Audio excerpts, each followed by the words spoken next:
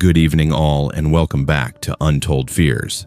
Tonight we descend into the frozen wilderness of America's last frontier, where the isolation that draws people seeking escape becomes the very thing that traps them in nightmares they cannot outrun.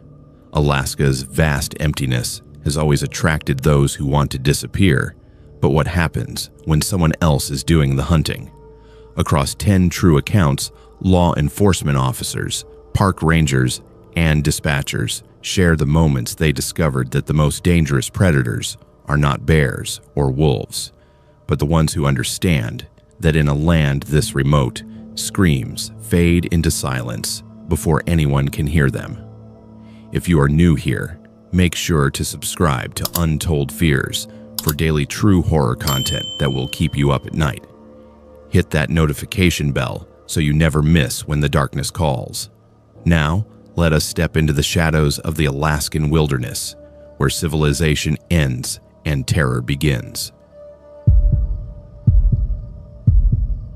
I spent 11 years as an Alaska state trooper in the Matanuska-Susitna Valley before that February night near Palmer.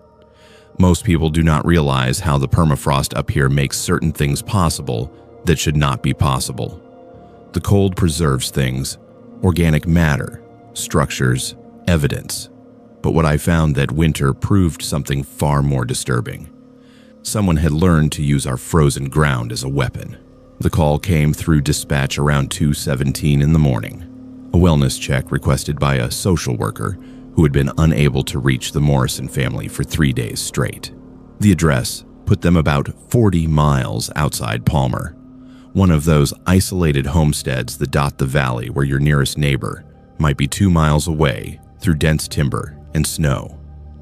February in Alaska means temperatures hovering around -15, the kind of cold that makes your lungs ache with each breath and turns any moisture in the air into tiny ice crystals that catch the light like suspended diamonds. My partner that night was a younger trooper named Rachel Simmons, only in her second year with the department but sharp as they come. We took the state highway north, our cruiser, cutting through darkness so complete it felt like driving through a void. The only illumination came from our headlights, reflecting off snowbanks piled 8 feet high on either side of the road.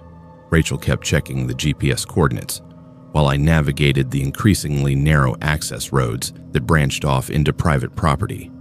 The Morrison homestead sat at the end of a half-mile driveway that had not been plowed in at least 3 days based on the snow accumulation. We had to park at the main road and hike in, our boots crunching through knee-deep powder while our flashlights swept across the silent landscape. The house itself was a modest 2-story structure with a metal roof and that weathered look that all buildings get after enduring decades of Alaskan winters. What struck me immediately was that every light in the house was on. Every single window glowed against the darkness, but there was no movement visible anywhere. No shadows passing by curtains, no flicker of a television screen. Rachel radioed our position to dispatch while I approached the front door. The porch boards creaked under my weight despite the cold, and I could see my breath hanging in the air like smoke. I knocked loudly, announcing ourselves as state police. But the house gave back only silence. The door was unlocked, which itself was unusual. People out here learned quickly that unlocked doors in winter could mean frozen pipes if wind blew through, or worse, attracting wildlife looking for warmth. The interior was warm, almost stifling compared to the bitter cold outside. The thermostat was cranked up to 78 degrees, and I could hear the furnace running in the basement. The living room looked recently occupied. Coffee cups sat on the end table next to an open magazine, reading glasses perched on the arm of a worn recliner, and a knitting project lay abandoned mid-row on the couch. In the kitchen, I found 4 place settings arranged at the table with dried-out food still on the plates.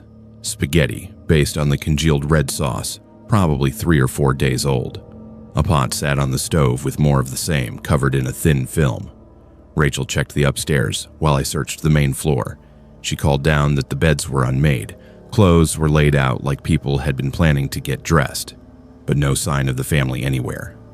David Morrison, his wife Catherine, and their 2 teenage sons Marcus and Ian had simply vanished from their home mid-routine. The bathroom showed toothbrushes still wet in the holder, towels damp and hanging crooked on the racks. Someone had been here recently, very recently, but where had they gone? That is when I noticed the basement door standing partially open. Most people keep basement doors closed in winter to contain heat, so the fact that it was ajar immediately drew my attention. I descended the wooden stairs slowly, my hand resting on my weapon more from instinct than any specific threat. The basement was finished, converted into a family room with a large television, gaming consoles, and a sectional couch. Posters of sports teams and bands covered the walls, clearly the domain of teenage boys. But what made my blood run cold was the floor.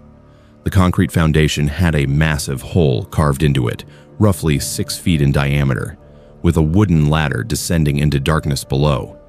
The edges of the hole showed fresh tool marks, and I could see piles of broken concrete and displaced dirt stacked neatly against the far wall.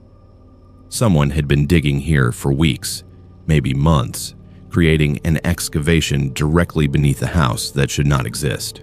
I shined my flashlight down into the opening and saw that the ladder dropped at least 15 feet before reaching what looked like a tunnel floor carved from permafrost. I radioed for backup and specialized units immediately. Something about this scene screamed wrongness on every level. Rachel joined me in the basement, and we both stared into that hole while we waited. The temperature rising from below was noticeably colder than the basement itself, and I could smell earth and something else, something chemical and sharp that I could not identify. Within 40 minutes, we had 4 additional units on scene, along with a search and rescue team equipped with proper gear for underground exploration. Sergeant Hayes made the call that we would descend as a team of 4, leaving 2 troopers to secure the scene above.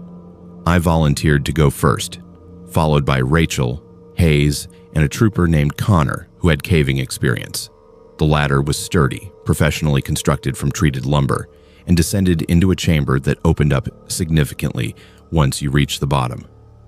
What we found down there defied every expectation I had built up during the descent. The tunnel system was extensive, hand-carved through permafrost with incredible precision. The walls were smooth, almost polished, and lined with what looked like transparent sheeting to prevent thawing. LED strip lighting had been installed along the ceiling, currently off but wired to a generator we could hear humming somewhere deeper in the complex. The main tunnel split into multiple branches, each marked with crude symbols scratched into the ice. We chose the largest passage and followed it for approximately 50 yards before it opened into a chamber roughly the size of a double garage. The chamber had been modified into a living space of sorts. Military cots lined one wall, each with sleeping bags and personal items scattered on top. A camping stove sat on a folding table, surrounded by empty food containers and bottled water. But what dominated the room was the far wall, which had been carved into a series of cells, 6 separate spaces, each about 4 feet wide and 7 feet deep, separated by walls of reinforced ice and closed off with heavy metal gates that looked like they had been scavenged from a prison renovation. 4 of the cells were empty, 2 contained people. We found David Morrison in the first occupied cell, huddled in the corner with a blanket wrapped around his shoulders. He looked up when our flashlights hit him, and the expression on his face was pure terror mixed with something else. Relief, maybe, or disbelief. In the cell next to him was a woman I did not recognize, probably in her mid-40s, wearing clothes that looked like they had not been changed in weeks. Both of them started crying when they saw our uniforms, trying to speak, but their words coming out in incomprehensible bursts. Rachel immediately began working on the cell gates, while I called for medical assistance and tried to calm David enough to get coherent information. Between sobs, he managed to explain that a man had taken them 5 days ago. The man had come to their door late at night claiming his truck had broken down and he needed to use their phone. The moment David opened the door, the man had deployed some kind of chemical spray that incapacitated the entire family within seconds. When they woke up, they were down here in these cells. The woman in the other cell was named Patricia Hendricks, and she had been missing for 3 weeks from a town 60 miles north. She described the same scenario. A man appearing at her door with a story about needing help, then waking up imprisoned in permafrost.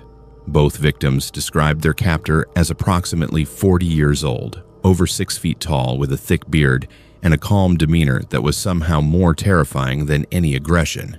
He would visit twice a day to provide food and water, speaking to them in a measured tone about patience and preparation, though neither victim understood what he meant. We evacuated both victims immediately, while Hayes coordinated a full tactical sweep of the tunnel system. Over the next 6 hours, we discovered the true scope of what we were dealing with. The complex extended over 200 yards in multiple directions, connecting to at least 5 other exit points scattered across the surrounding wilderness. Each exit was concealed beneath natural features like fallen logs or rock outcroppings, impossible to spot unless you knew exactly where to look. The excavation had clearly taken years to complete, dug during the coldest months when the permafrost was most stable and easier to work. In a chamber we designated as the workshop, we found tools, plans, and a notebook that detailed everything. The man had been developing this system since 2016, learning permafrost engineering through online resources and slowly expanding his underground network. The notebook contained lists of potential targets, all isolated homesteads or properties with minimal traffic. He had been studying families for months before taking them, documenting their routines, their vehicles, even their garbage patterns. The Morrison family had been under surveillance for 8 months. What made my stomach turn was discovering that the 2 empty cells had been occupied recently. The notebook referenced 4 previous victims by first name only. Catherine Morrison, the wife, was listed as having been moved to a secondary location 3 days prior. Her sons, Marcus and Ian, were marked as transferred yesterday. The secondary location was referenced by coordinates, and when we tracked them, they led to another homestead 30 miles away, this one abandoned for over a decade. By the time we reached the second location at dawn, the scene was already cold. We found another tunnel entrance, this one more elaborate with a proper ventilation system and reinforced supports. The layout was similar but larger, with 8 cells instead of 6. All of them were empty. Catherine Morrison and her sons were gone. We found evidence they had been there: clothing items, a school ID belonging to Marcus, and a photo of the family that had been carefully placed on a shelf. But the occupants and their captor had vanished. The investigation that followed consumed the next 4 months of my life. FBI agents, forensic specialists, and search teams combed through both tunnel systems and surrounding areas. We identified the perpetrator through DNA evidence left throughout the complex. His name was Robert Callahan, a former petroleum engineer who had worked in Alaska for 15 years before quitting his job in 2015 and disappearing into the wilderness. He had purchased the Morrison property under a shell corporation, using it as his base while constructing his underground prison network. Callahan had knowledge of permafrost mechanics that he had gained through legitimate work, and he had perverted that expertise into creating spaces that were nearly impossible to detect from the surface. The frozen ground acted as natural insulation and structural support, allowing him to carve out rooms that would remain stable year-round as long as they stayed below the frost line.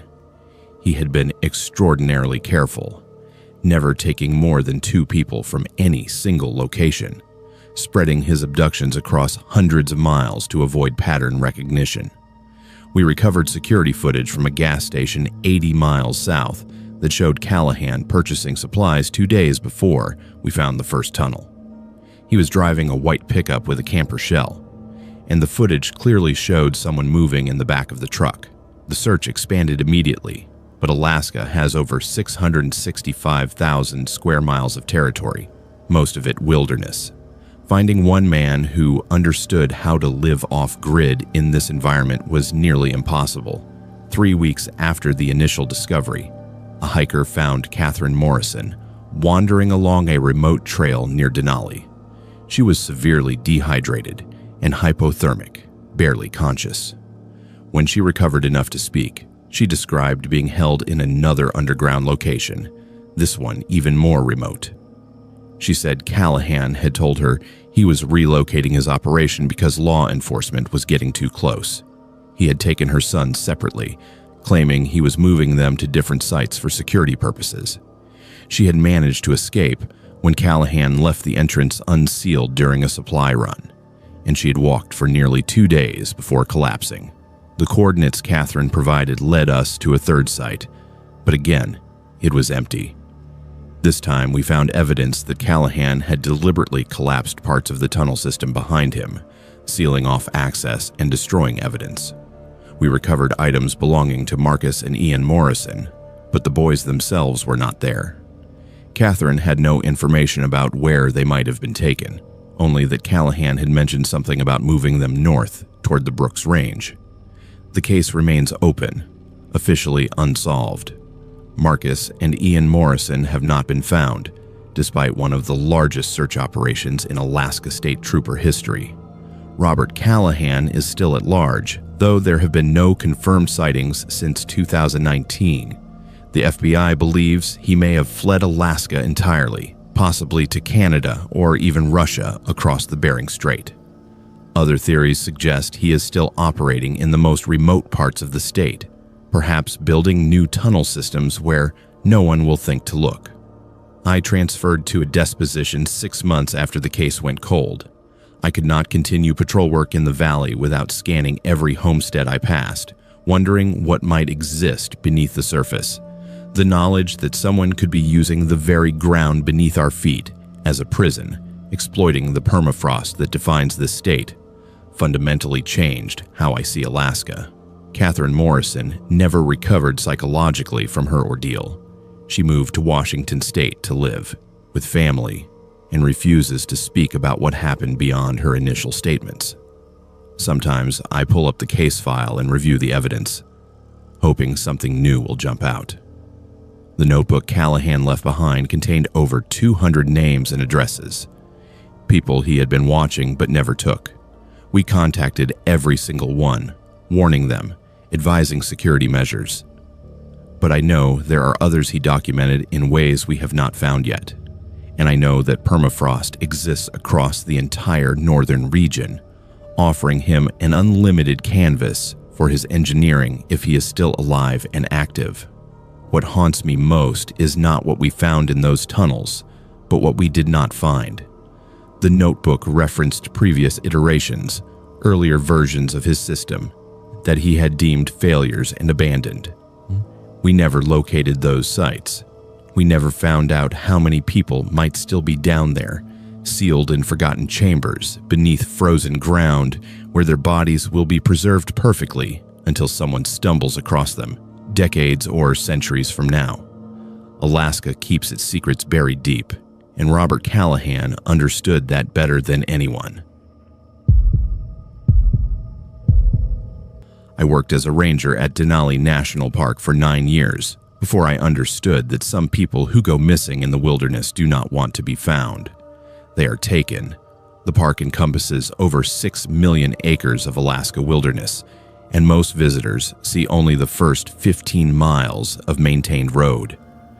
Beyond that, it is just raw terrain, tundra, and mountains where grizzlies outnumber people, and cell service is a luxury from another world.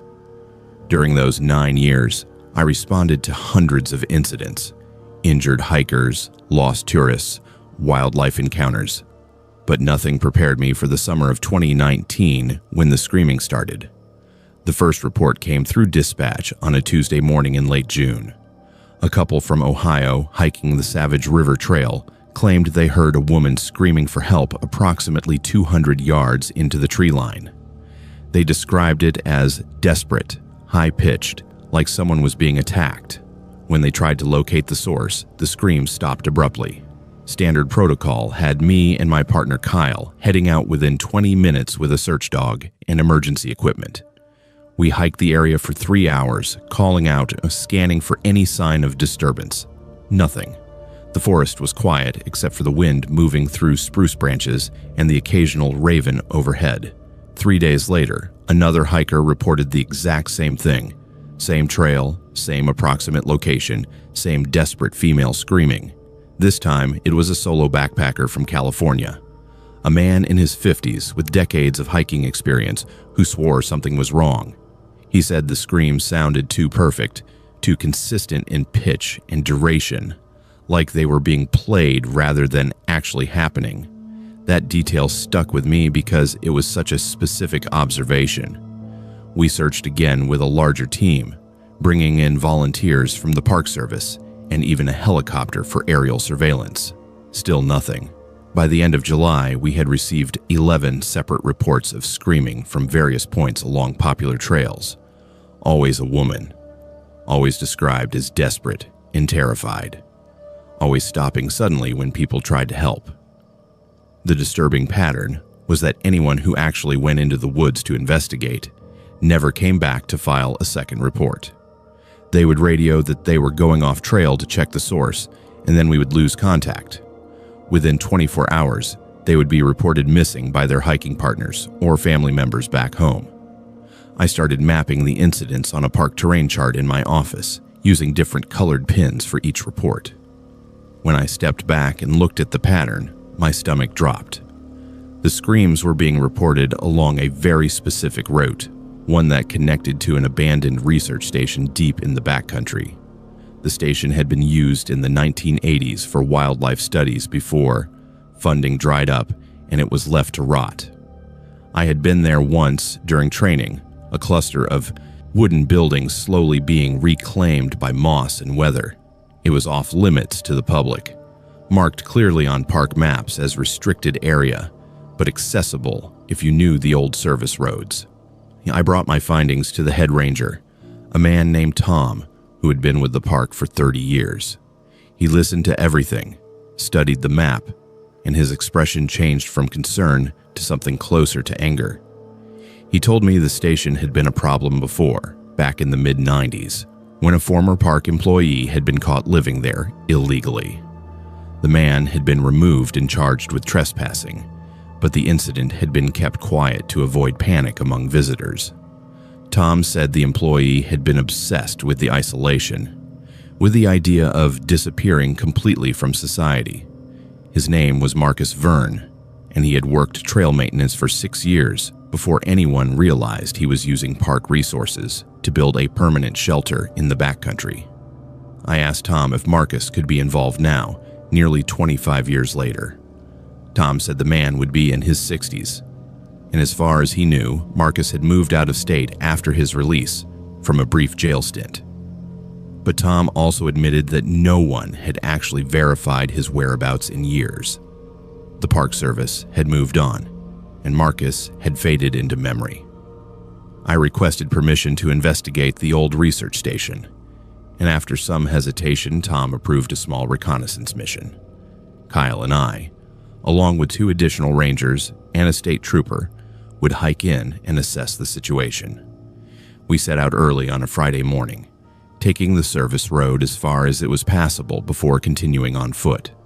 The hike took us through dense forest and across rivers swollen with glacial melt. The air was thick with mosquitoes, and the temperature was unseasonably warm, making every step feel heavier. After 6 hours, we reached the clearing where the research station sat. From a distance, it looked abandoned. Roofs sagging, windows broken, vegetation creeping up the sides of the structures. But as we approached, I noticed details that did not fit. Fresh boot prints in the mud near the main building. A tarp stretched across one roof that looked new. Smoke residue around a makeshift fire pit that had been used recently. We spread out and began checking each building systematically. The first 2 were empty, filled with debris and animal droppings. The third building, a long bunkhouse-style structure, had its door padlocked from the outside. Kyle cut the lock with bolt cutters, and when we pushed the door open, the smell hit us immediately. Unwashed bodies, human waste, fear. Inside, we found 4 people, 2 women and 2 men, all in their 20s and 30s, all filthy and malnourished, all chained to metal bed frames that had been bolted to the floor. They reacted to our presence with confusion and terror, like they could not process that we were real. One woman kept saying it was a trick, that he was testing them. Kyle radioed for medical evacuation immediately, while the state trooper and I started working on the chains. They were secured with heavy-duty padlocks, the kind used for industrial equipment, and it took us nearly 20 minutes to get everyone free. While we worked, the victims began describing their captor, an older man, white beard, over 6 feet tall with a calm voice that never raised even when he was threatening them. He had taken each of them from different trails over the span of 3 months, luring them off the path with recorded screams played through hidden speakers he had placed in the forest. Once they followed the sound, he would ambush them from behind, using chemical sedatives he administered through syringes. They would wake up here, chained in this building, with no idea how much time had passed. He visited twice a day, bringing food and water, and would talk to them about survival, about how civilization had made people weak, about how he was teaching them to endure. One woman described how he had shown her his setup, a network of motion-activated speakers placed along trails, all wired to a central control system he had built using solar panels and old car batteries. He was proud of his engineering, she said, and he wanted them to appreciate his intelligence. While we were getting the victims ready for transport, Kyle found the control shed behind the bunkhouse. It was a small structure, almost completely hidden by overgrown bushes. Inside was exactly what the woman had described, a panel covered in switches and dials connected to dozens of speakers positioned throughout miles of forest. There were also notebooks, meticulously detailed logs of every hiker he had observed, every person he had targeted, every recording he had made. The screams were not random. He had recorded a real woman, someone he had taken years ago, and had been playing her voice over and over to lure new victims. The state trooper radioed for backup, and within an hour we had a full tactical team on site. But by then, Marcus Verne, because it was him, exactly as Tom had described, had already fled. We found evidence that he had been watching us from the tree line, boot prints leading away from the station, a pair of binoculars left on a stump, still warm from his hands. He knew we were coming, probably saw us from the moment we entered the clearing, and he had vanished into the backcountry where he had spent decades learning every ridge and valley. The search for Marcus became one of the largest manhunts in Alaska history. Helicopters, tracking dogs, expert wilderness trackers, all deployed across Denali and surrounding areas. We found more of his speaker systems, at least 20 different locations rigged with hidden equipment. Each one was deactivated and removed, but the scale of his operation was staggering. He had been doing this for years, perhaps even during his time as a park employee, building his network slowly and patiently. 3 weeks into the search, a backpacker reported seeing an older man matching Marcus' description near a frozen lake 40 miles north of the research station. A helicopter was dispatched immediately, and they spotted him attempting to cross the ice on foot. When he realized he was being pursued, Marcus started running, but the ice was thin, weakened by the unseasonably warm summer. Witnesses from the helicopter said he broke through near the center of the lake, and despite attempts to rescue him, he went under and never resurfaced. Dive teams searched for days, but the lake was deep and murky, and his body was never recovered. The 4 victims we rescued were hospitalized for weeks, treated for malnutrition, infections, and severe psychological trauma. They all survived, but their lives were irrevocably changed. One woman never returned to hiking. Another moved to a city and refuses to be near open wilderness. Their testimonies helped us piece together the full scope of Marcus' activities. We identified 12 missing hikers from the past 8 years that matched his logs. Some remains were found in shallow graves near the research station. Others were never located. The park installed new emergency communication systems along major trails and increased ranger patrols. Warning signs were posted about staying on marked paths and reporting any unusual sounds. But for me, the damage was already done. I could not patrol those trails anymore without hearing phantom screams in my mind, without wondering if every rustle in the trees was another hidden speaker or another predator watching. I transferred to an office position within the Park Service and eventually left Alaska entirely. Sometimes I think about Marcus Verne sinking into that frozen lake, and I wonder if he is really gone. His body was never found, and Alaska has a way of hiding things that do not want to be discovered.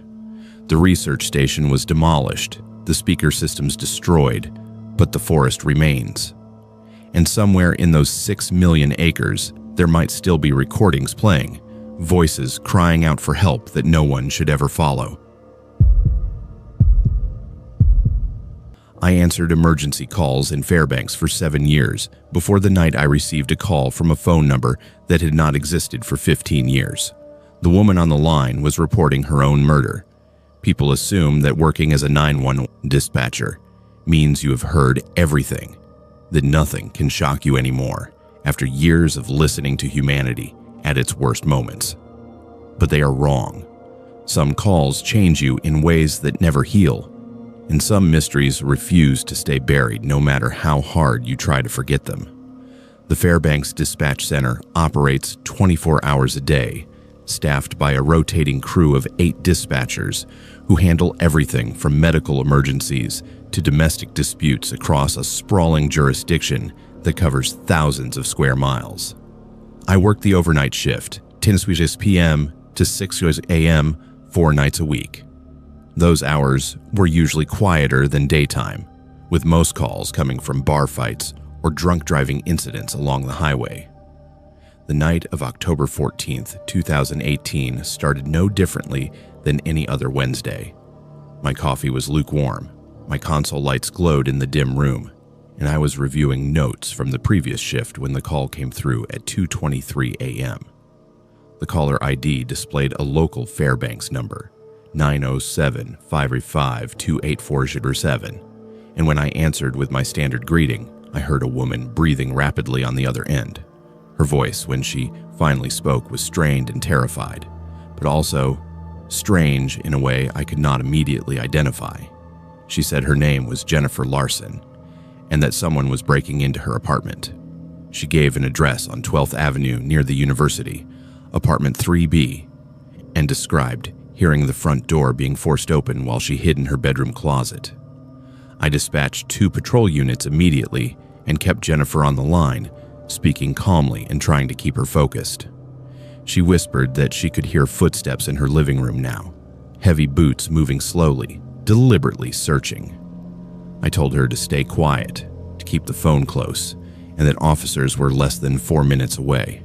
Then she said something that made my blood freeze. She whispered that the footsteps had stopped outside her bedroom door, and she could see shadow movement through the gap at the bottom. Then her voice changed, became almost resigned, and she said, "He's here. Tell my parents I'm sorry. Tell them I tried to run." The line did not disconnect. I heard the bedroom door crash open, heard Jennifer scream, and then sounds of a violent struggle. Furniture breaking, things hitting walls, her voice crying out and then suddenly muffled like someone had covered her mouth. I was shouting her name, begging her to respond, while simultaneously updating the responding units that an assault was in progress. Then I heard a man's voice, calm and cold, say directly into the phone, "She should have stayed home that night." The call ended. Officers arrived at the address on 12th Avenue. Within 3 minutes of the call ending, they forced entry into apartment 3B and found it completely empty. Not just vacant, but abandoned. No furniture, no signs of recent habitation, dust covering every surface. The landlord was contacted and confirmed that apartment 3B had been empty for over 6 months, the previous tenant having moved out in April. There was no Jennifer Larson listed as ever having lived there. No signs of forced entry, no disturbance, Nothing to indicate anyone had been inside that apartment recently, let alone within the last hour. I pulled the phone records immediately, needing to understand what had just happened. The number that had called me, 907-555-2847, showed up in our system records as having placed the call at 2:23 a.m. But when I cross-referenced it with the phone company database, that number had been disconnected in 2003, 15 years prior. The physical line associated with that number had been removed during an infrastructure upgrade, and the number itself had never been reassigned. According to every official record, that phone number did not exist anymore and had not existed for a decade and a half. I reported everything to my supervisor, a man named Dave who had been with dispatch for 20 years. He listened to the recorded call with me, and I watched his expression change from concern to confusion to something approaching fear. The recording was clear, high quality, capturing every word Jennifer had said and every sound of the attack. It was not static, not distorted, but a legitimate emergency call that had been routed through our system. Dave made calls to the phone company technical department demanding explanations, but they had none. The call should have been impossible. We filed a formal incident report and flagged it for investigation, but that is when things became even stranger. Dave ran the name Jennifer Larson through our database of previous calls and missing persons reports. He found a match. In October 2003, exactly 15 years prior almost to the day, a 22-year-old woman named Jennifer Larson had been reported missing by her family. She had been a student at the University of Alaska Fairbanks and lived off campus in an apartment on 12th Avenue. The address listed in the original missing persons report was the same address she had given me on the phone, apartment 3B. According to the original case file, Jennifer had called 911 on the night of October 13, 2003, reporting an intruder in her apartment. The dispatcher at the time had sent units to her location, but when officers arrived, they found the apartment door locked from the inside and no response to their knocking. They eventually gained entry with the landlord's assistance and found the apartment empty. No Jennifer, no signs of struggle, nothing out of place. It had been treated as a false alarm or possibly a prank call. Jennifer's car was found in the parking lot. Her purse and phone were in the apartment, but she was never seen. Again, the family had pushed for a full investigation, insisting something terrible had happened. But without evidence of foul play, the case went cold. No body was ever found, no suspects were ever identified, and eventually the file was archived as an unsolved missing person case. Reading through the details, I felt physically ill. The call I had received was nearly identical to the call received in 2003, down to specific phrases. She had used the same description of hearing footsteps, hiding in the closet, seeing shadows under the door.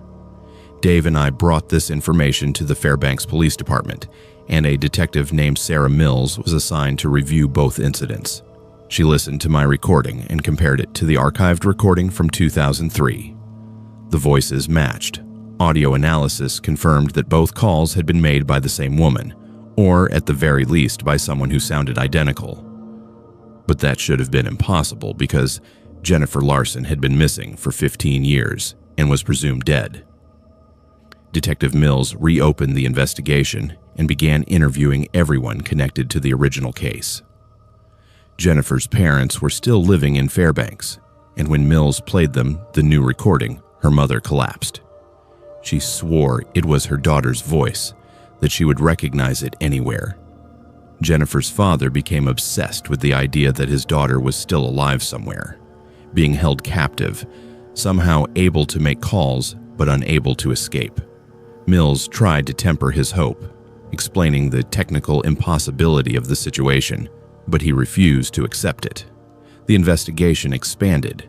Mills brought in FBI specialists to analyze the phone records and the audio recordings. They confirmed what we already knew. The number should not have been able to make calls.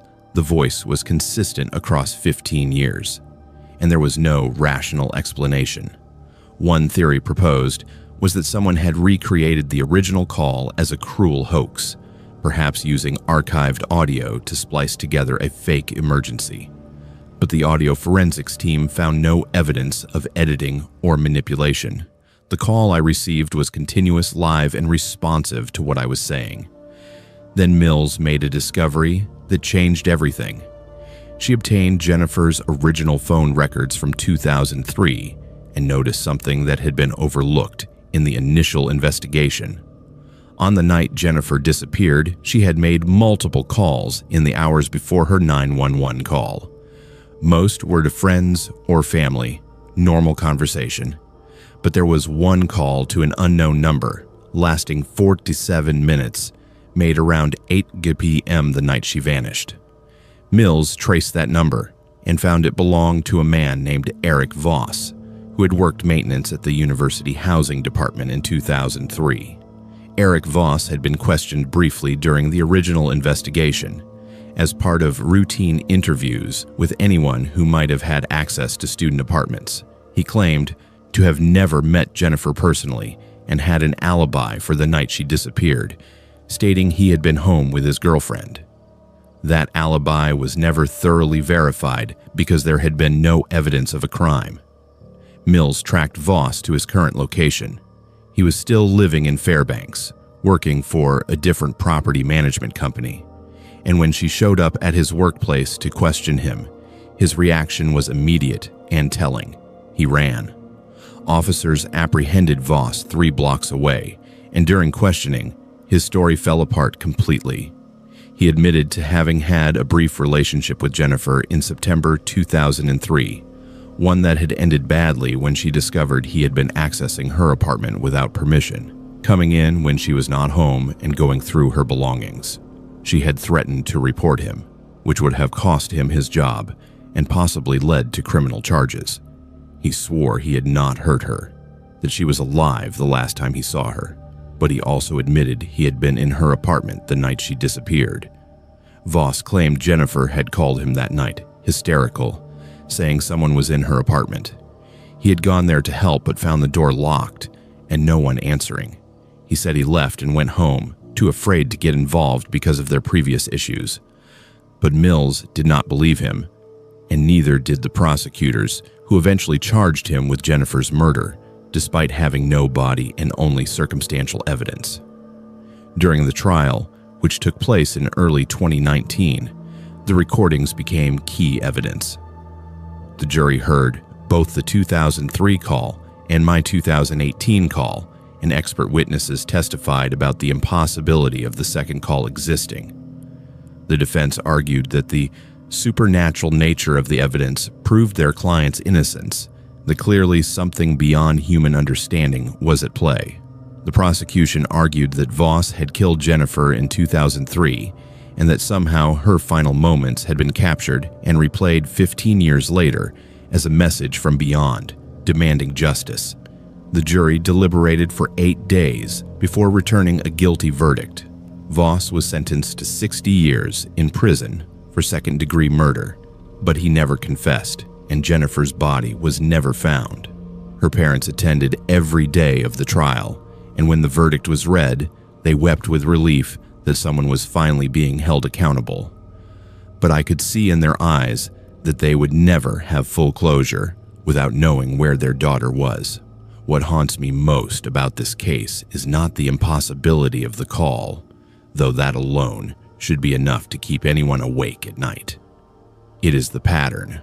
After the trial, I went back through our archives on my own time, searching for similar anomalies. I found 3 other cases over the past 20 years where 911 calls had been received from disconnected numbers, calls that matched missing persons cases from years or even decades prior.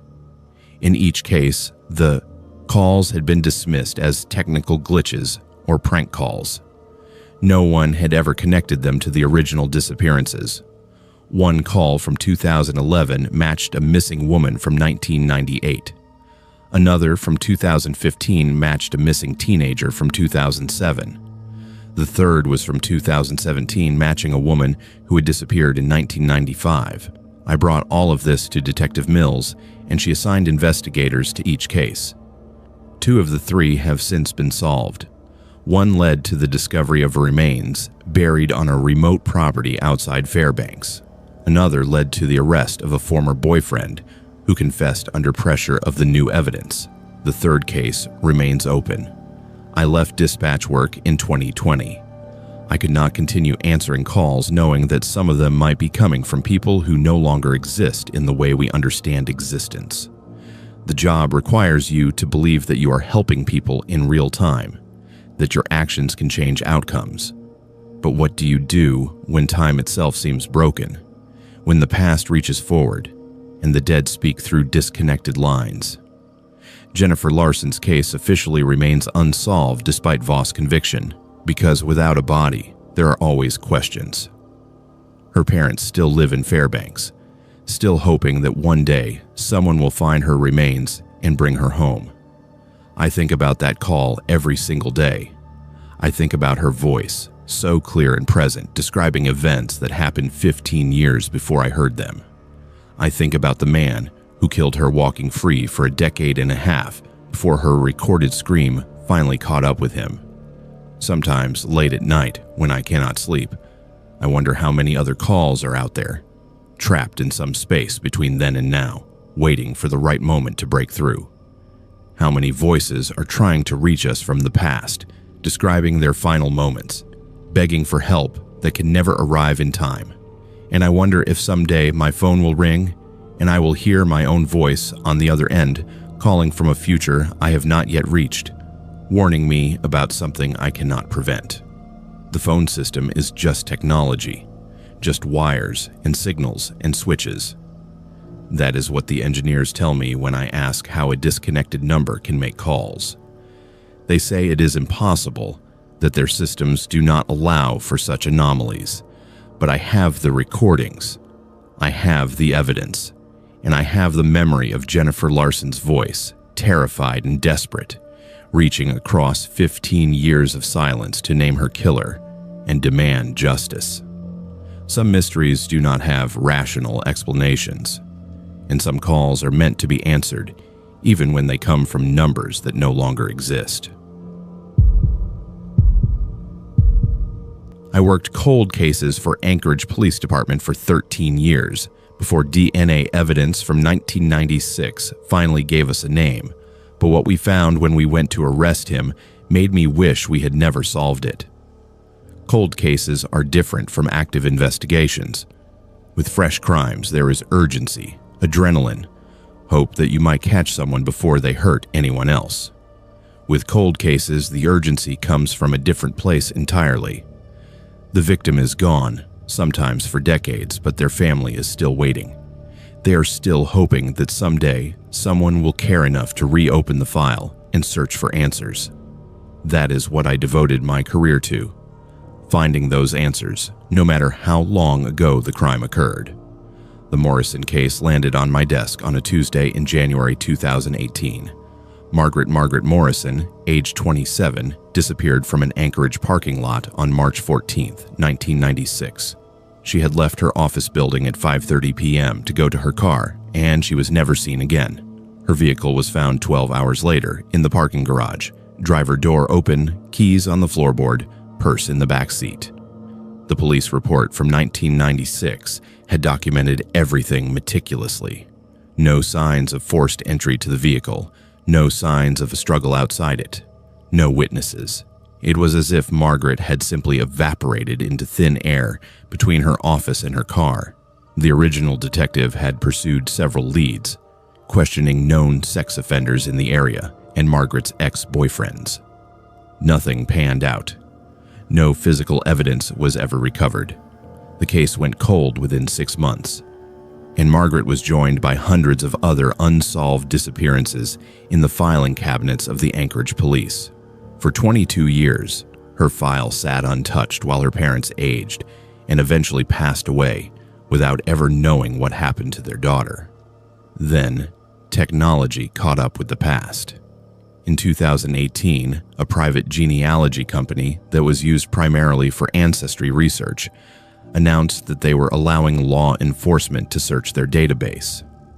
They had been contacted by a detective who wanted to match DNA found at a crime scene to individuals in their system.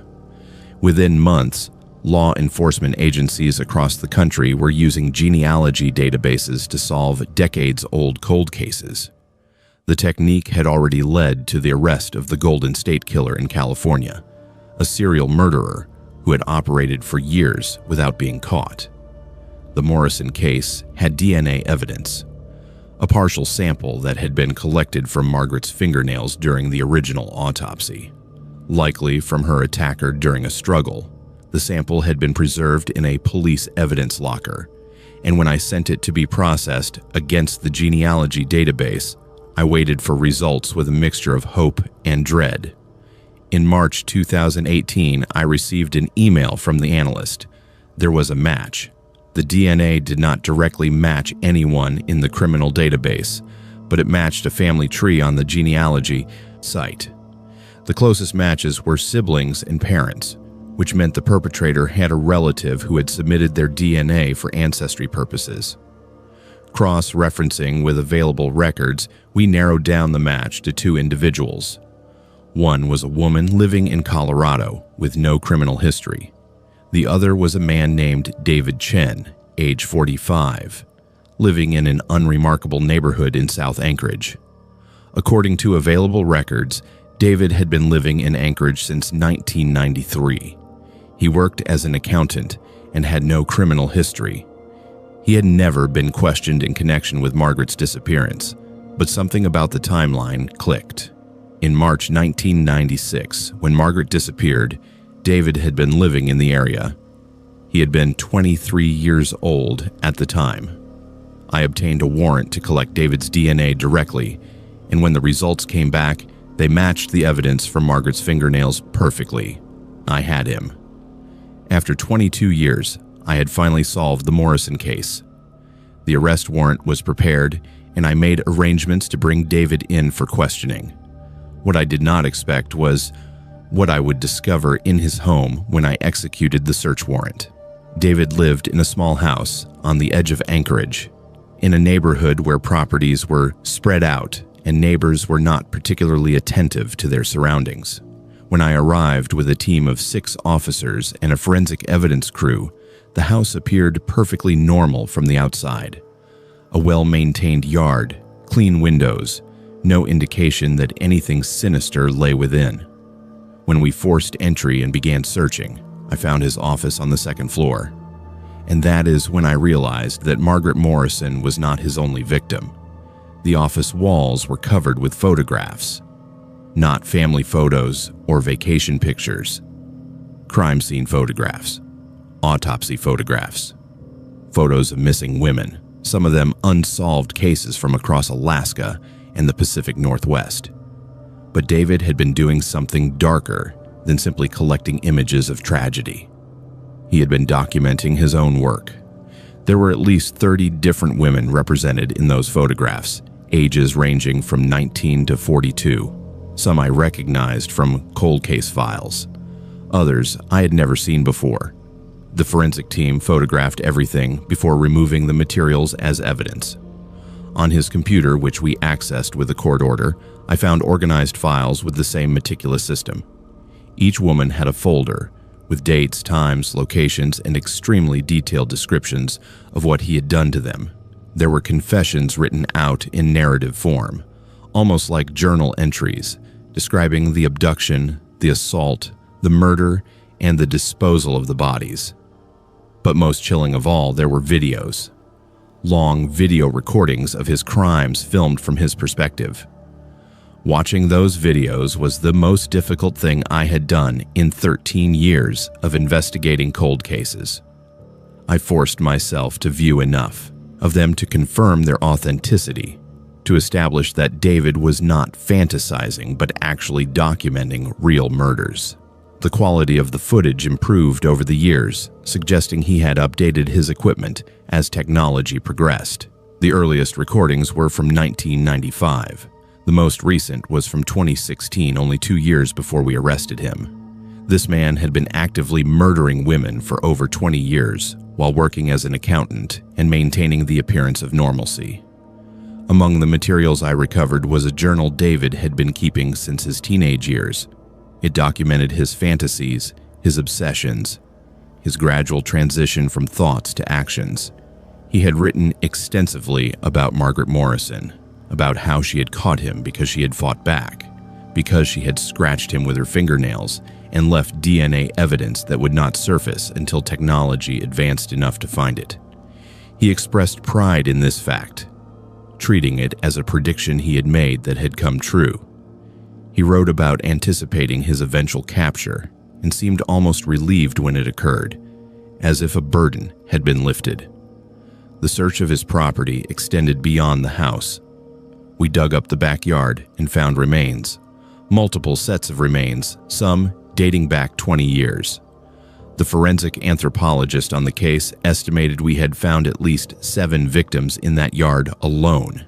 David eventually confessed to murdering 34 women across a 23-year period, though he initially denied all charges.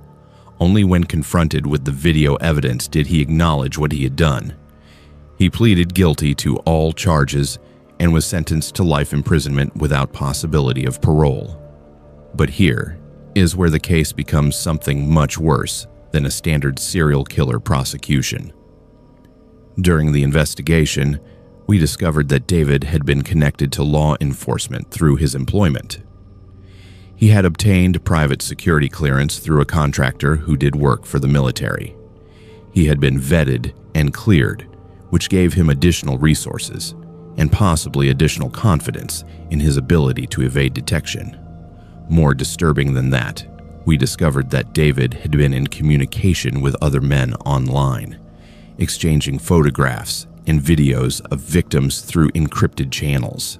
The FBI investigation that followed led to the identification of a network of at least 12 men engaged in similar activities across Alaska and the lower 48 states.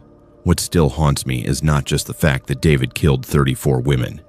It is the fact that he came close to being stopped multiple times and was not.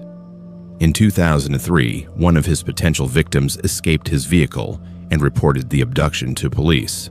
David was questioned but denied everything, and without evidence, he was released. The woman who escaped had been traumatized and eventually moved away, discouraged by the perceived lack of police investigation. In 2007, a detective working a different case had noted similarities between several disappearances and had flagged them for further investigation. But funding and resources were limited, and the file was deprioritized. Nothing came of that investigation. Margaret Morrison's family finally received closure in 2019 when David was convicted, and her remains were officially identified and released for burial. Her mother had passed away in 2003 without ever knowing what happened to her daughter.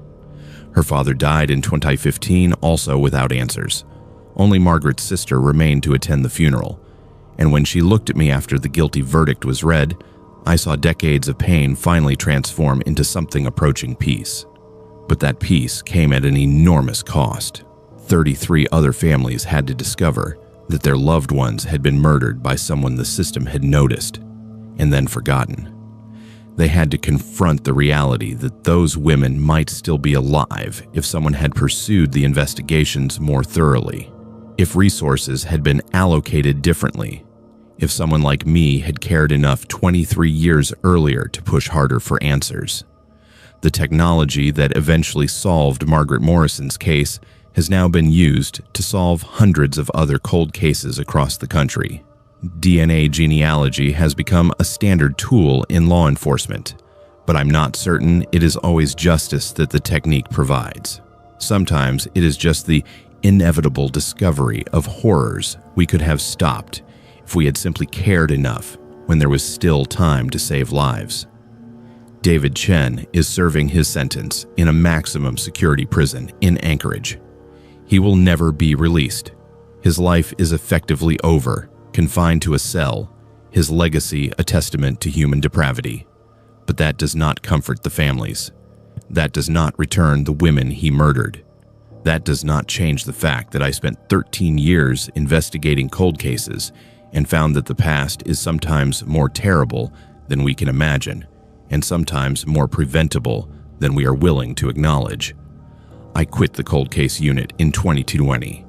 I could not continue investigating old murders, knowing that I would never have all the answers, that somewhere I would miss a connection that could have saved someone. Margaret Morrison's case gave me closure only insofar as closure is possible when you have solved a crime but cannot undo it. Her file is now closed. 22 years of waiting finally ended. But somewhere, in filing cabinets and evidence lockers and forgotten reports, there are still hundreds of other cases waiting for someone to care enough to find the answers they deserve. I patrolled the Kenai Peninsula waterways for 10 years as a fish and wildlife officer before we started finding the barrels. At first, we thought it was illegal dumping. We were so wrong. The Kenai Peninsula is one of Alaska's most beautiful regions, a place where the wilderness touches the water, and fishing is not just a pastime but a way of life for thousands of people. The rivers flow with salmon, the air smells like salt and possibility, and tourists come from around the world hoping to land the catch of a lifetime.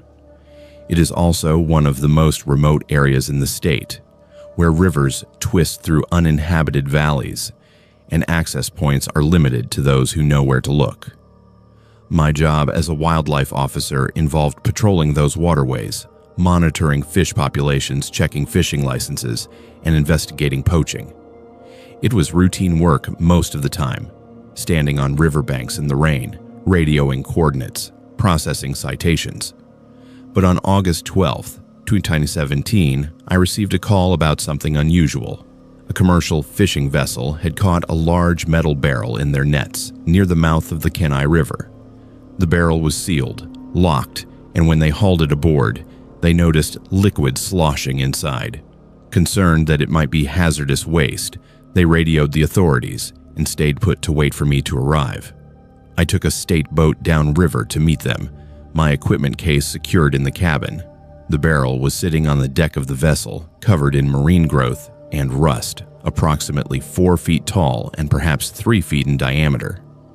The fishermen, 2 men named Dale and Marcus, both looked uneasy. Dale told me that in 30 years of fishing, he had never seen anything like it, that the way it came up in the net felt wrong.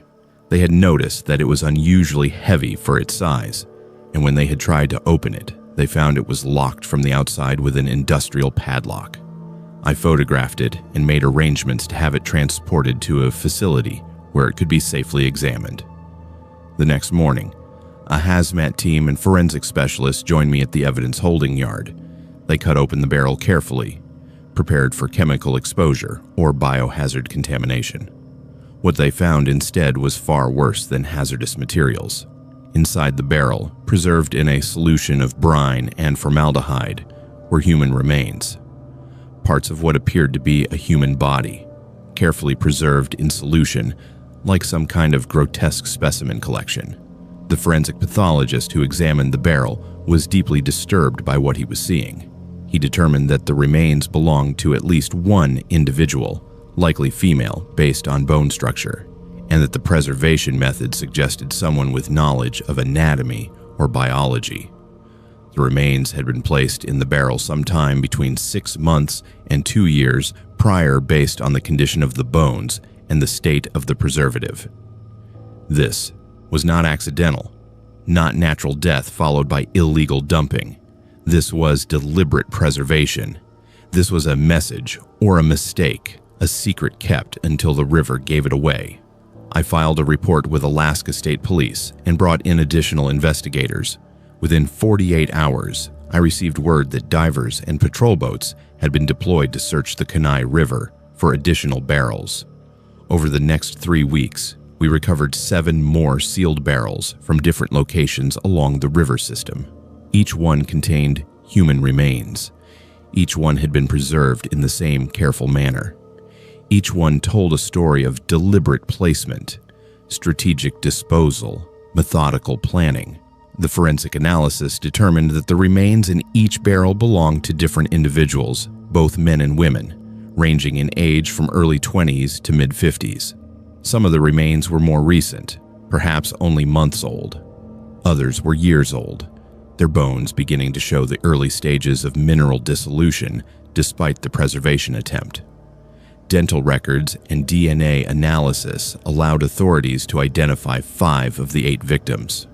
All were reported missing persons from the Anchorage area over a period spanning 7 years. All had been classified as voluntary disappearances or runaways based on circumstantial evidence. The investigation quickly escalated. The FBI became involved, and specialized forensic teams worked around the clock, analyzing the barrels themselves for fingerprints, manufacturing marks, anything that could connect them to a perpetrator. What they found was extraordinary. The barrels had been manufactured in a specific batch by a Seattle-based company and sold to a limited number of commercial entities in Alaska. Cross-referencing sales records with addresses in the Anchorage area, investigators identified a short list of potential buyers. One name stood out immediately, a man named Robert Petrov, who owned a small marine salvage and restoration business on the outskirts of Anchorage. He had purchased 12 barrels from the supplier in 2010 and had requested more in 2015 and 2018. When investigators checked his business location, they found his facility was perfect for what had been done. An old warehouse with a private dock access to a tributary of the Kenai River, overlooking the waterway where the barrels had been recovered. Security footage from nearby businesses showed regular activity at his facility during evening and night hours, times when no legitimate salvage work would typically be occurring. A warrant was obtained to search the facility. What officers found was a nightmare made concrete. The warehouse contained a workshop in which barrels were being carefully prepared. Preservation chemicals were stored in industrial quantities. Anatomical charts and medical textbooks lined the shelves. Most disturbing of all was a detailed notebook containing descriptions of victims, dates of acquisition, notes about their condition when brought to the facility, and specific details about the preservation process. The notebook spanned 12 years and referenced at least 41 individuals by description and date. Robert Petrov was arrested at his home, and during questioning, he initially remained silent. But when confronted with the physical evidence, he began to speak. His story was one of deliberate predation spanning over a decade. He had been targeting homeless individuals, transient populations, people whose disappearances would not be immediately noticed or thoroughly investigated. He would approach them with offers of work, shelter, money, and when they accepted, he would bring them to his facility. Once inside, he would drug them, restrain them, and subject them to what he described as medical observation. He claimed his motivation was research, that he was studying human physiology in ways that institutional research would never allow. He documented everything he did to them, photographing, measuring, recording observations. When his subjects were no longer useful to him, he would kill them and place them in the barrels filled with preservation solution. He had developed a system for storing the barrels submerged in the river, using weighted anchors, retrieving them periodically to check on the specimens, and add fresh preservative. It was a careful, methodical operation that had gone undiscovered for over a decade. The investigation expanded rapidly. Divers recovered additional barrels from the river that had been anchored and hidden. Some contained remains that were decades old, suggesting Petrov had been active even longer than his records indicated. The DNA found in the barrels began to reveal connections to other missing persons cases, not just in Alaska, but across Washington and Oregon. Federal investigators established that Petrov had operated in multiple locations, moving from state to state, running similar businesses as fronts for his predatory activities. During the trial, which lasted nearly 6 months, prosecutors presented overwhelming evidence of Petrov's crimes. The detailed notebook became the centerpiece of the case as it documented each victim with clinical precision. The prosecution argued that Petrov was operating a deliberate murder and dismemberment factory, with the river serving as his filing system. The defense attempted to argue that Petrov was mentally ill, that he should be institutionalized rather than imprisoned, but the jury saw through the argument. The crimes were too calculated, too planned, too deliberate to be the product of diminished capacity. Robert Petrov was convicted of 34 counts of murder and an additional 47 counts of related charges. He received multiple life sentences with no possibility of parole. As part of a plea agreement in a later proceeding, he revealed the locations of additional barrels still submerged in the river. Divers recovered 3 more before the search was called off, bringing the total confirmed victims to 44. But Petrov's notebooks referenced 62 individuals, meaning at least 18 people whose remains may still be in the Kenai River system, hidden in barrels weighted down in the dark water. Since Petrov's conviction, I have not been able to return to my job with the same sense of purpose. Every time I patrol the Kenai River, I think about those barrels, about how long they might have been down there, about how many more might still be waiting in the depths to be discovered. The river that once represented beauty and abundance now represents something darker. It is a monument to human depravity, an aquatic graveyard carefully tended by a man who understood the wilderness so well that he used it to hide his crimes in plain sight. The 5 identified victims have finally been given proper burials. Their families, after years of not knowing what happened, finally have closure of sorts. But for the 19 victims whose remains are still missing, there will be no closure. They remain in the water, preserved in barrels, part of the ecosystem now, feeding the fish that other people will one day catch and eat. Their atoms dispersed into the food chain. Their story told only in the careful measurements and observations Robert Petrov documented in his notebook. I wonder sometimes if the fishermen who originally caught that first barrel realized they were the ones who solved the mystery. They were the unknowing detectives who brought the truth up from the river's bottom, breaking the cycle of hiding that might have continued indefinitely. I coordinated search and rescue operations across south-central Alaska for 8 years before I realized some missing persons cases follow patterns that defy natural explanation. Working in the vast wilderness that defines Alaska is as dangerous as it is beautiful, and the two components often overlap.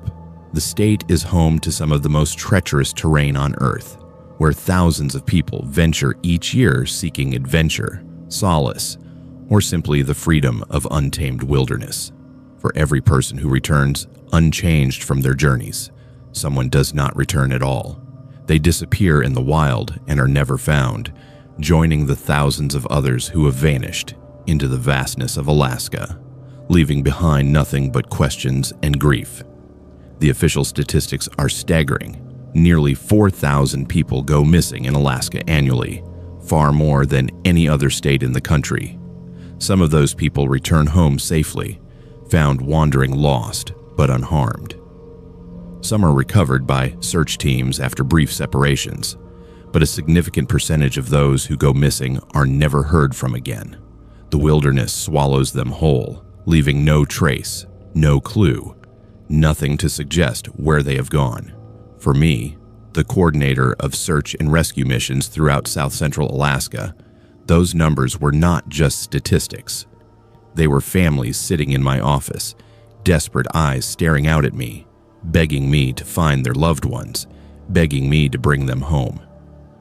The search that changed me began on a Tuesday evening in late July, a time when the south-central region is usually swarming with tourists, enjoying the endless summer days and the region's reputation for stunning scenery. A call came through dispatch around 7:30 p.m. from a worried wife whose husband had not returned from a day hike along the East Fork River Trail. Mark Stevens was described as an experienced hiker who should have been back at their campsite no later than 5 p.m. His wife, Sharon, had waited until well after dusk before becoming truly concerned. When she tried to contact him via a satellite phone, the call failed to go through. She thought perhaps the battery had died, or he had lost signal temporarily. But when midnight came and went without any sign of him, she knew something was wrong. By 1 a.m., when Sharon radioed for help, my team was assembled and ready to deploy. We had a grid search pattern established within 45 minutes, and by 2:30 a.m., our search dogs and human teams were moving through the forest along the marked route Mark had intended to follow. The conditions were ideal for a search. The night was clear and cool, the air rich with the scent of spruce and pine. There was no indication of any recent storms that might have disrupted our trail. No signs of wildlife activity that might have deterred Mark from taking standard safety precautions. The trail itself was well worn, frequently traveled by hikers at all skill levels. Conditions, in short, were normal.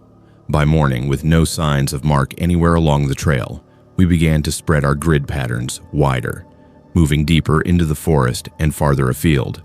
We found his hat first, lying on the ground next to the river, about 100 yards north of the marked trail. His walking stick was next, lying on its side near a massive spruce tree about 150 yards beyond where we found the hat. His backpack was found downstream another 200 yards, snagged on branches near the water's edge. None of the items showed signs of disturbance. They were not scattered like they might have been if something had attacked him. They were placed, abandoned, left behind as if put down carefully instead of dropped in panic. His footprints led away from the marked trail into the thick forest understory. Our tracker followed them for what felt like miles through terrain that became increasingly difficult to navigate. The footprints stopped suddenly in a clearing surrounded by thick spruce trees. The ground showed no signs of struggle. No scuff marks, no disturbance of moss or underbrush. Just footprints that stopped mid-stride, and then nothing. The next morning, when dawn broke, revealing nothing but trees and underbrush and the tracks that ended without explanation, our tracker, a man named William, who had worked for the Park Service for over 20 years and had never seen anything like this, simply turned to me and said, "Someone is taking them." Over the next week, we searched 75 square miles of forest. We brought in additional teams from neighboring parks. We deployed helicopters equipped with thermal imaging cameras. We worked in shifts around the clock in 12-hour rotations, searching every inch of forest, every stream bed, every open space. We found nothing. No mark, no signs of a struggle, no indication that anything violent had occurred. He was just gone, vanished. As if he had simply ceased to exist at some point along that trail. When we finally called off the search after 10 days without any new developments, I went home feeling more defeated than I had ever felt before. Mark's wife stayed behind, refusing to leave Anchorage, where she had come to believe her husband was still alive and would return soon. We had lost hikers before. We had found bodies that had been there for weeks, months, even years. That was the reality of working search and rescue in such harsh wilderness. But this was different. Something about Mark's disappearance felt wrong. The footprints that stopped, the items left behind so carefully arranged. It all pointed to a pattern we did not yet understand. 3 weeks after Mark disappeared, we received a call about another missing hiker, this time a young woman named Sarah Johnston, who had gone missing on the trail system connecting Gold Creek to the Talkeetna Mountains. Her family reported her missing after she failed to return from an overnight camping trip she had planned with friends, but at the last minute decided to do alone. The similarities between her disappearance and Mark's case were startling. Like Mark, she had been an experienced hiker. Like Mark, her belongings were found in neat piles along the trail instead of scattered like they might have been if something had attacked her. Like Mark, her footprints stopped mid-stride in a small clearing, leading absolutely nowhere. Like Mark, she simply disappeared. Over the next 2 months, as summer became fall and temperatures began their rapid descent toward winter, more cases came forward. Each one followed the same pattern.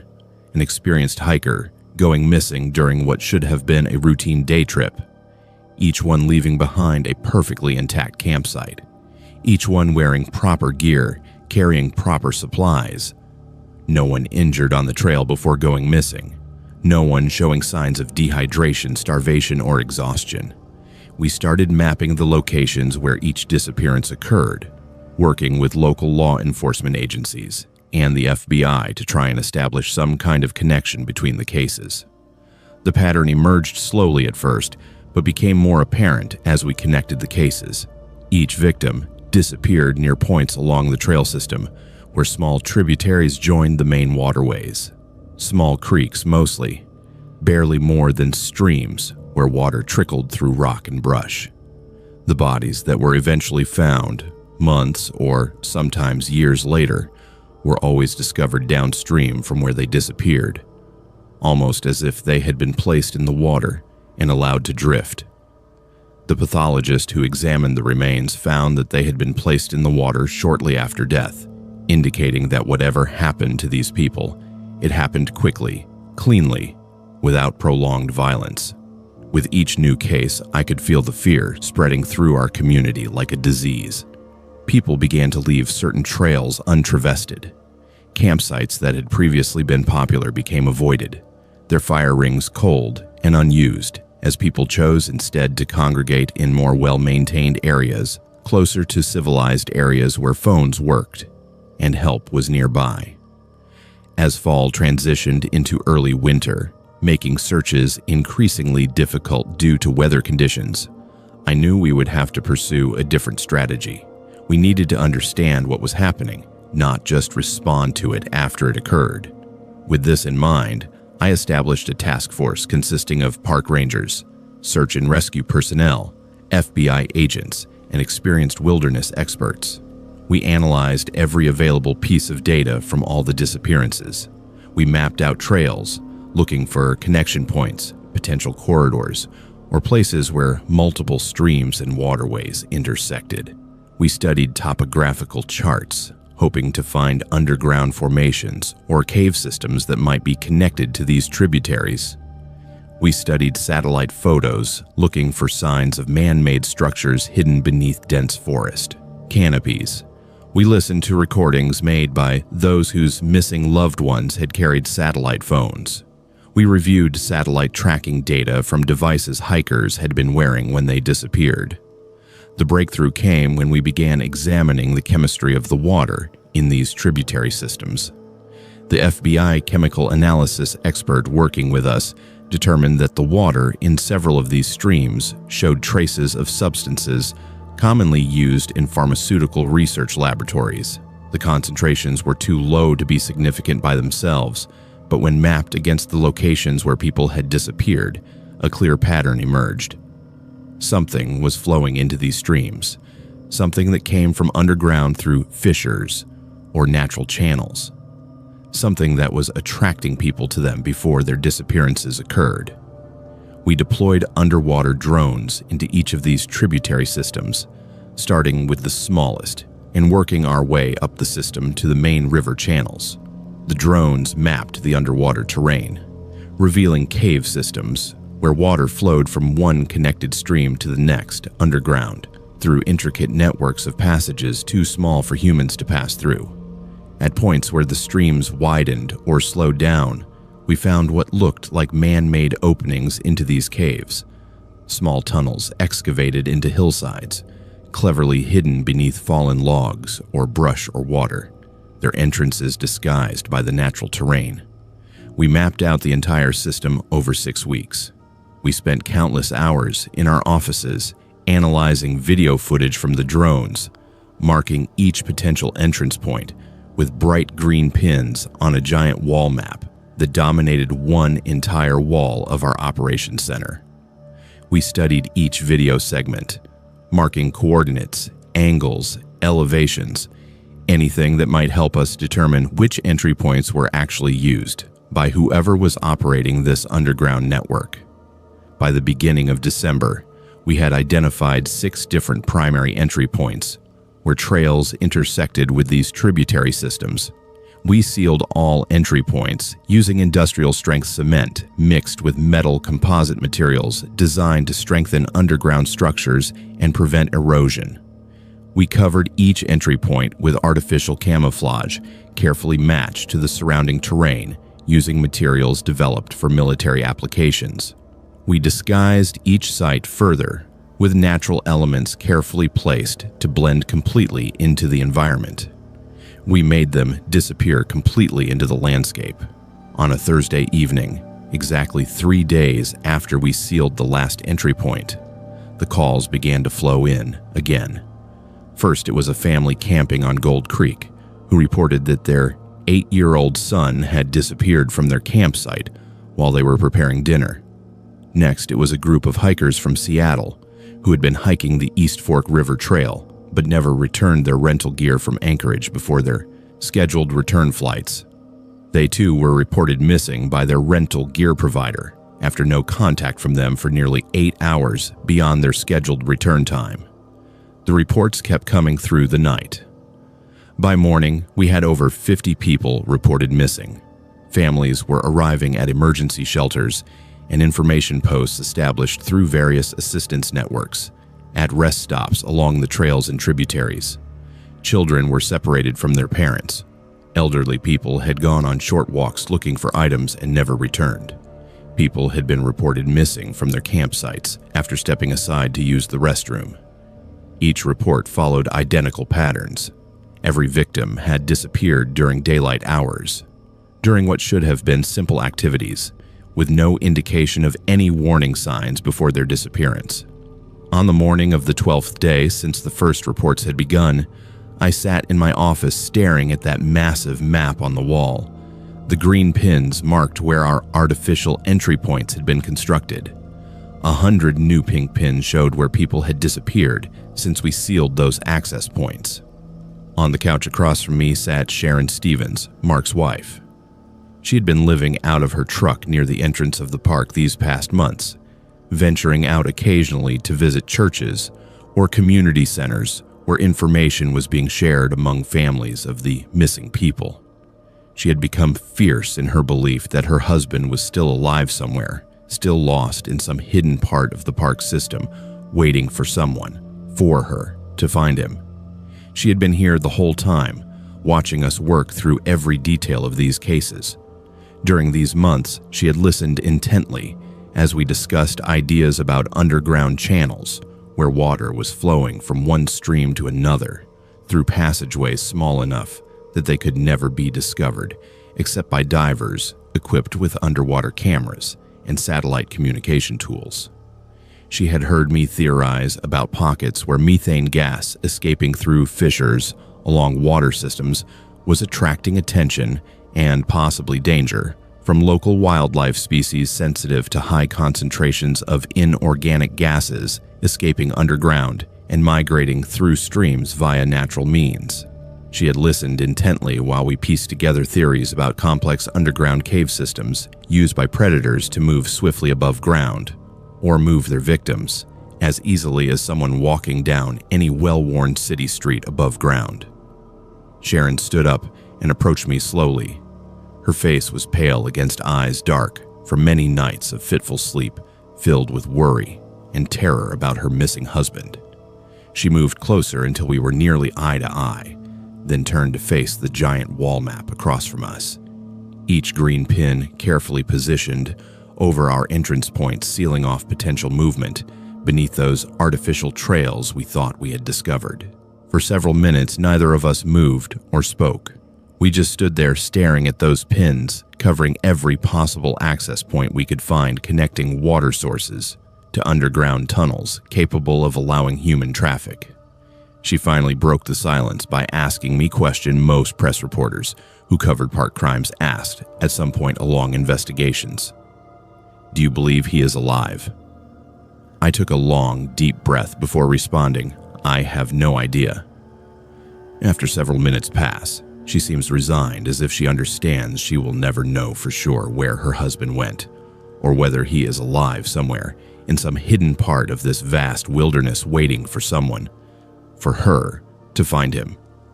You think they are still out there, The people who are doing this, don't you? Yes. They will get him before we do. Probably. Will they kill him? No. Why not? She nods slowly, once then retreats away toward exit doors at opposite end where hallway leads toward parking lot, where her rental truck waits filled with clothes and supplies for indefinite stay until husband returns home safe and sound, or until they find his body buried beneath layers containing remnants originating from digestive systems capable of dissolving everything except bones, which gradually decay, rendering even skeletal remains unrecognizable, given enough time underwater where microorganisms flourish despite lax sunlight needed for photosynthesis by organisms other than those adapted live, perpetually dark aquatic environments, otherwise known as chemosynthesis.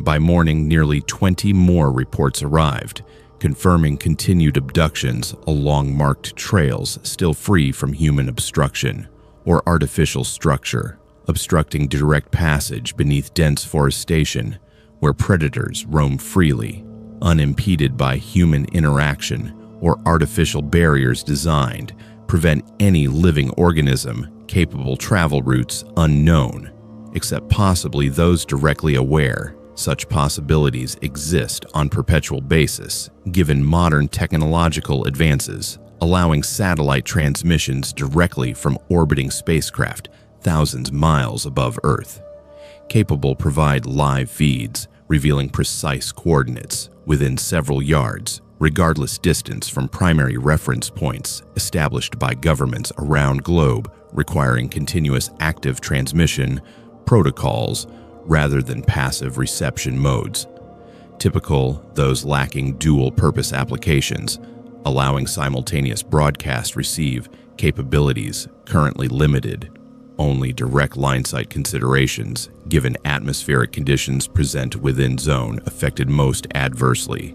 Electromagnetic interference generated both naturally, solar activity, artificially, radio transmission towers.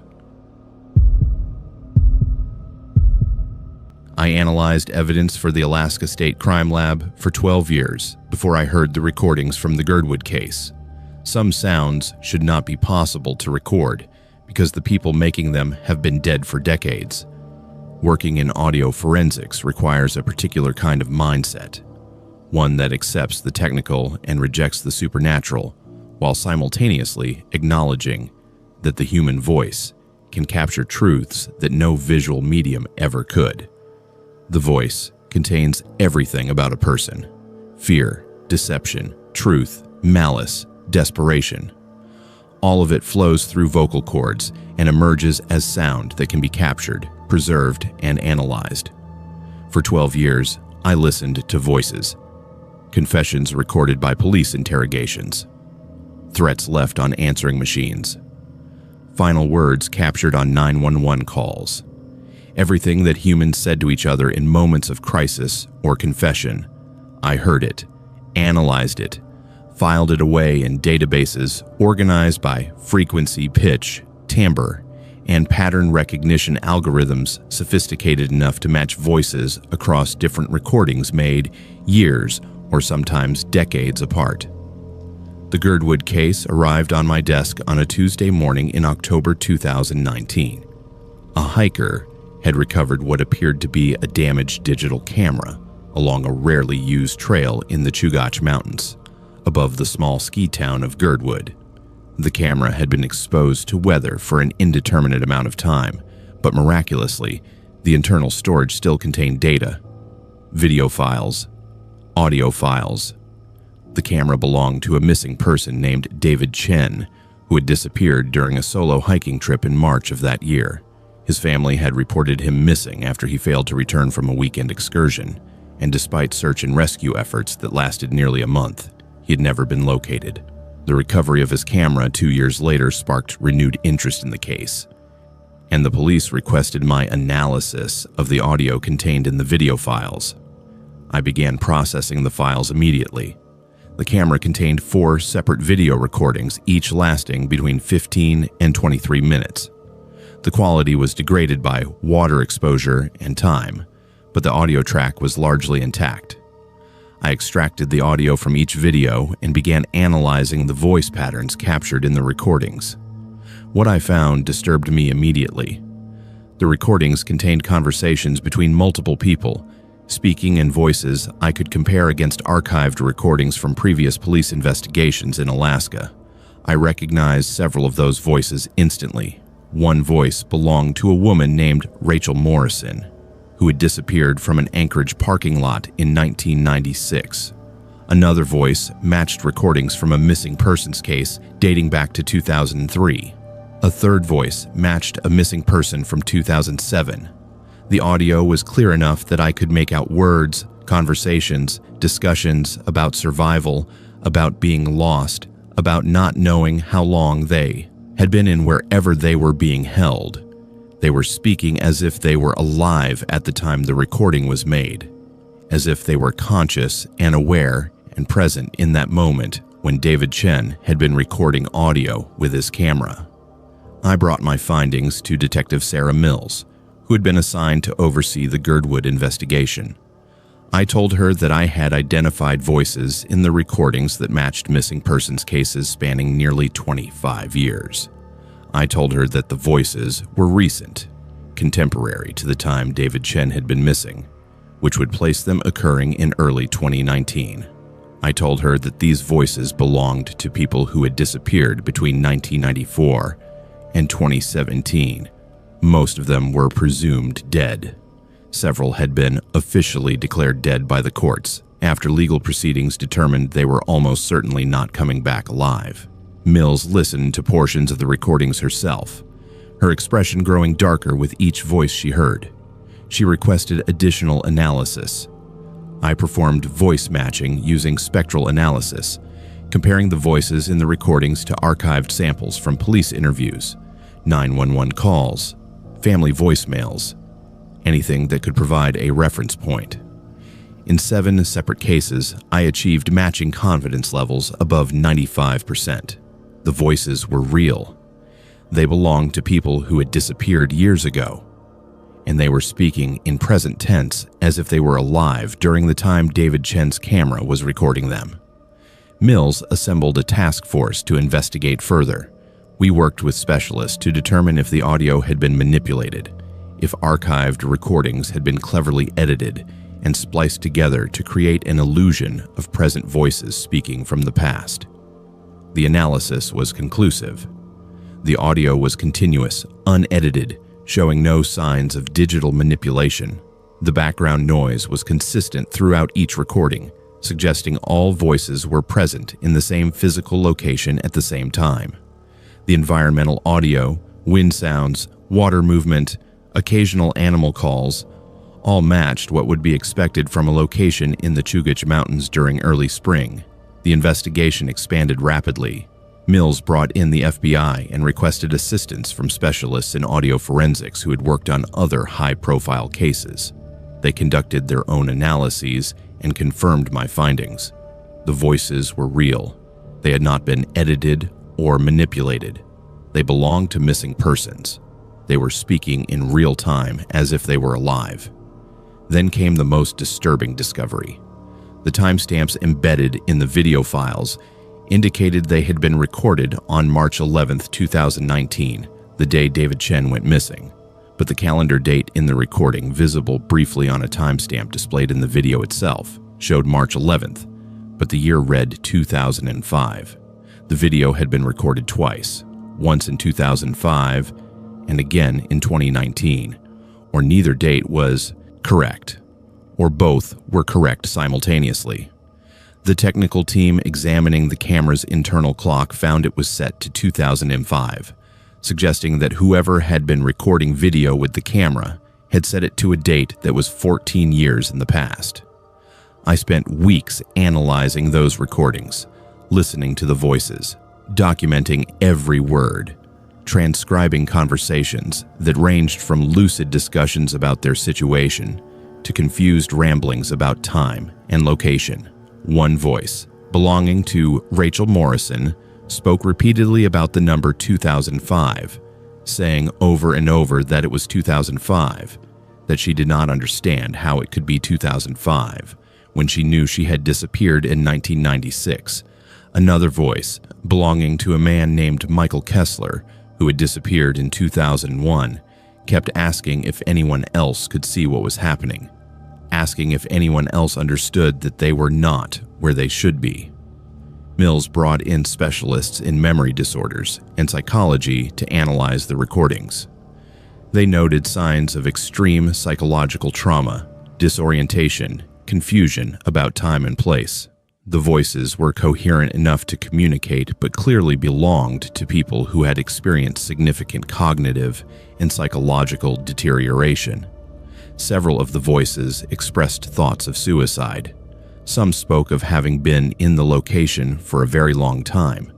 Others seemed to have no memory of how they arrived or how long they had been there. One voice, belonging to a woman named Christine Harris, who disappeared in 1999, described what sounded like a cave or underground space where time seemed to move differently, where she could not tell day from night, where voices from the past seemed to echo from the walls around her.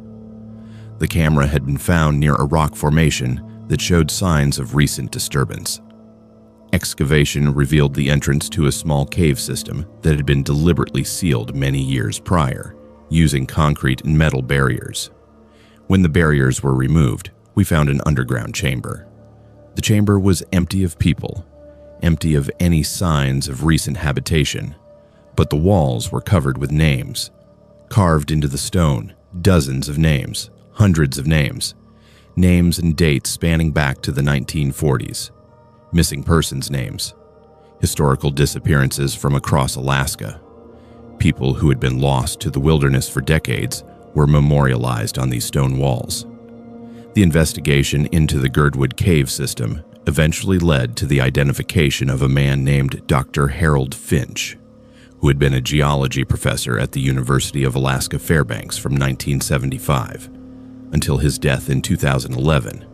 Finch had published numerous papers about the cave systems in the Chugach Mountains. His research had been extensive, detailed, showing an almost obsessive interest in mapping underground passages and caverns. He had died of natural causes in 2011, decades before the recordings were made, but his connection to the locations where people had disappeared was undeniable. The theory that emerged was disturbing. Finch had not been working alone. Someone had continued his work after his death. Someone had been luring people into the cave systems and holding them in underground chambers where they slowly deteriorated psychologically and physically, where they existed in a time that seemed separate from the normal world. The recordings David Chen had captured suggested that multiple victims were being held in the same location, existing together in some kind of temporal pocket where time moved differently than it did outside. But all of this raises more questions than answers. How was the camera recording voices from people who had been missing for years? How could missing persons from 1996, 2001, 1999 all be speaking at the same time in 2019 from what appeared to be the same location? How could the camera's clock be set to 2005? And yet the video files show a creation date of 2019. The official investigation concluded that the audio must have been manipulated somehow, that the camera had captured archived recordings of missing persons and presented them in a way that created an illusion of present voices speaking from the past. But I listened to those recordings hundreds of times. I analyzed every frequency, every harmonic, every acoustic property. The audio was not manipulated. It was real. It was genuine. It was impossible, but it was real. The cave system was sealed permanently using industrial-grade concrete. The interior was photographed extensively, and the names carved into the walls were documented and cross-referenced with missing persons cases. Of the 247 names documented, 189 matched actual disappearance cases. The remaining 58 could not be identified. Whether they represented other victims or were simply fictional names carved by someone with an obsessive interest in disappearances, the investigation could not determine. I left my job at the crime lab in 2020. I could not continue listening to voice recordings, knowing that some of them came from a place where time did not work the way it was supposed to. I could not analyze audio files without wondering if somewhere, in some underground cave system, more people were speaking their final words into the darkness, their voices being captured on some recording device that would eventually be discovered years or decades later, long after they had stopped speaking, long after they had ceased to exist in any form that the living world could comprehend. The recordings from David Chen's camera are archived in the secure facility at the Alaska State Crime Lab. They have been analyzed by dozens of specialists. No one has been able to explain them. No perpetrator has been identified or apprehended. The cave system in Girdwood remains sealed, and officially, the investigation is classified as unsolved. But I know what I heard in those recordings. I know that those voices were real. And I know that somewhere in Alaska, beneath the mountains and the forests, there are places where time does not flow the way it should, where missing persons exist in states that defy explanation, speaking words that echo across decades until finally, accidentally, someone finds the recording and the world briefly discovers what has been happening in the darkness all along. I investigated homicides in Kodiak for 16 years before I retired in 2018. Last month, someone mailed me evidence from my oldest unsolved case. The postmark showed it was sent from inside the police station. Retirement from law enforcement is a peculiar thing. After years of waking up each morning knowing that somewhere in the world a killer was still walking free, after years of seeing the worst humanity has to offer, and trying to make sense of crimes that defied all logic, the transition to life where you are no longer responsible for those things can be both liberating and haunting. I should have been golfing in Florida, sitting on beaches, watching sunsets from retirement communities filled with people who had never seen the things I had seen. Instead, I found myself back in Kodiak, the place I had sworn I would never return to once I turned in my badge. Kodiak is beautiful. That is the first thing anyone who visits will tell you. It is one of those places where the air feels purer, where the sky stretches wider than it does anywhere else, where mountains rise from the ocean like giants frozen in time. It is where thousands of salmon spawn in rivers so full of life they seem to pulse with a purpose all their own. It is where bears fish in streams, their massive forms effortlessly catching silver bodies that fight and struggle against their fate. It is where you can stand on a rocky outcrop and watch whales breach the surface of the Pacific, their presence ancient and otherworldly. It is also, as I discovered early in my career, where some of the darkest crimes imaginable take place, where isolation breeds a special kind of desperation, and where nothing can hide what you have done when there is nowhere left to run. The first letter arrived in a plain brown envelope with no return address and Anchorage postmark. Inside was a stack of photographs, 14 in total. Black and white pictures of a woman I did not recognize. She was in her mid-20s, long dark hair falling around her shoulders, laughing at the camera in one image as if she had not a care in the world. In others, she sat quietly at what looked like a bar, holding a cigarette, her face half turned away. In one image, she was staring directly into the camera with a strange expression, as though daring whoever was holding it to take her picture. There was no note with the photographs, nothing to explain who she was or why her pictures were being sent to me all these years after my retirement. The next day, another envelope arrived. This one contained a transcript of an interrogation. The statement belonged to a man named Peter Harris, dated August 15, 1996, nearly 22 years before to the day I received the photographs. Peter had been arrested in July of that year after being caught breaking into a home in downtown Kodiak. In the course of questioning him about the burglary, Detectives had discovered that the home belonged to a woman named Claudia Marsh, a woman who had been reported missing 2 months earlier. Peter Harris had confessed to taking Claudia's house keys during a chance encounter outside her workplace and returning later to rob her home in the middle of the afternoon while she was working. The interrogation transcript showed that Peter had been nervous, rambling, his statements inconsistent and contradictory. What caught my attention was not the burglary itself or Peter's confession to it. It was one line halfway through the transcript. "I swear I don't know what happened to Claudia. I didn't take anything else from that house except her keys. If someone did something to her, I don't know anything about it." The statement had been written off as irrelevant at the time, dismissed as the ramblings of a man desperate to convince police he had nothing to do with a missing persons case. When Claudia's body was found 5 months later, partially consumed by wildlife in a rocky ravine outside town, the case had been classified as an accidental death by exposure. No suspects were ever identified. No investigation was ever launched. Her death was attributed to hypothermia, likely brought on by wandering in the wrong direction during one of Kodiak's sudden storms. The investigation was closed within days of her body being identified.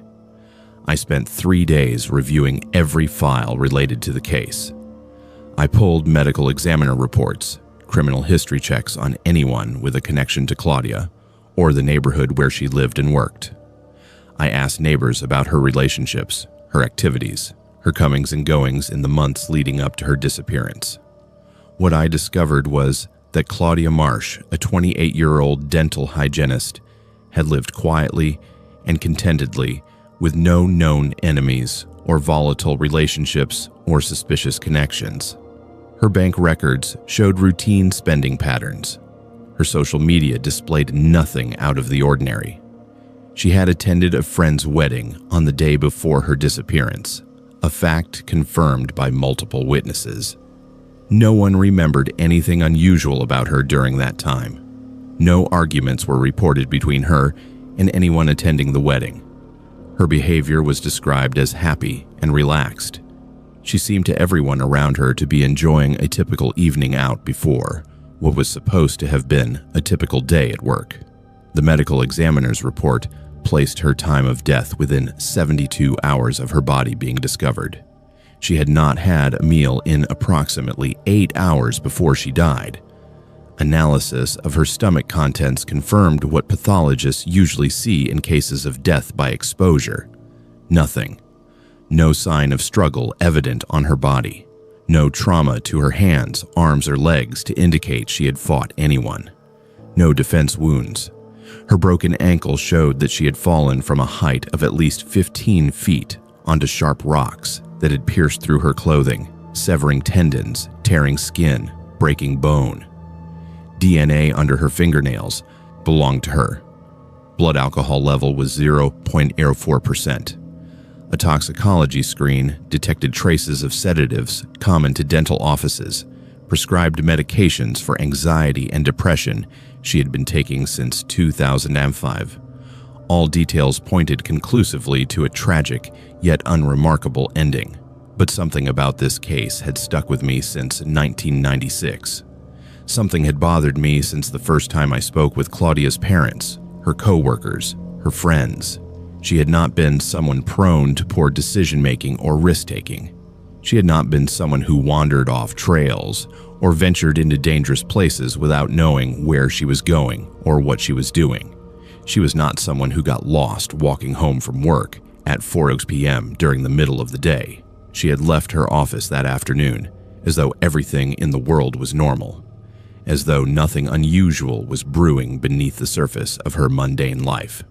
Yet somehow, within hours of walking home from work, she had fallen to her death in a place no one would ever find her on purpose. 7 days passed between receiving that first envelope containing photographs and now 7 days.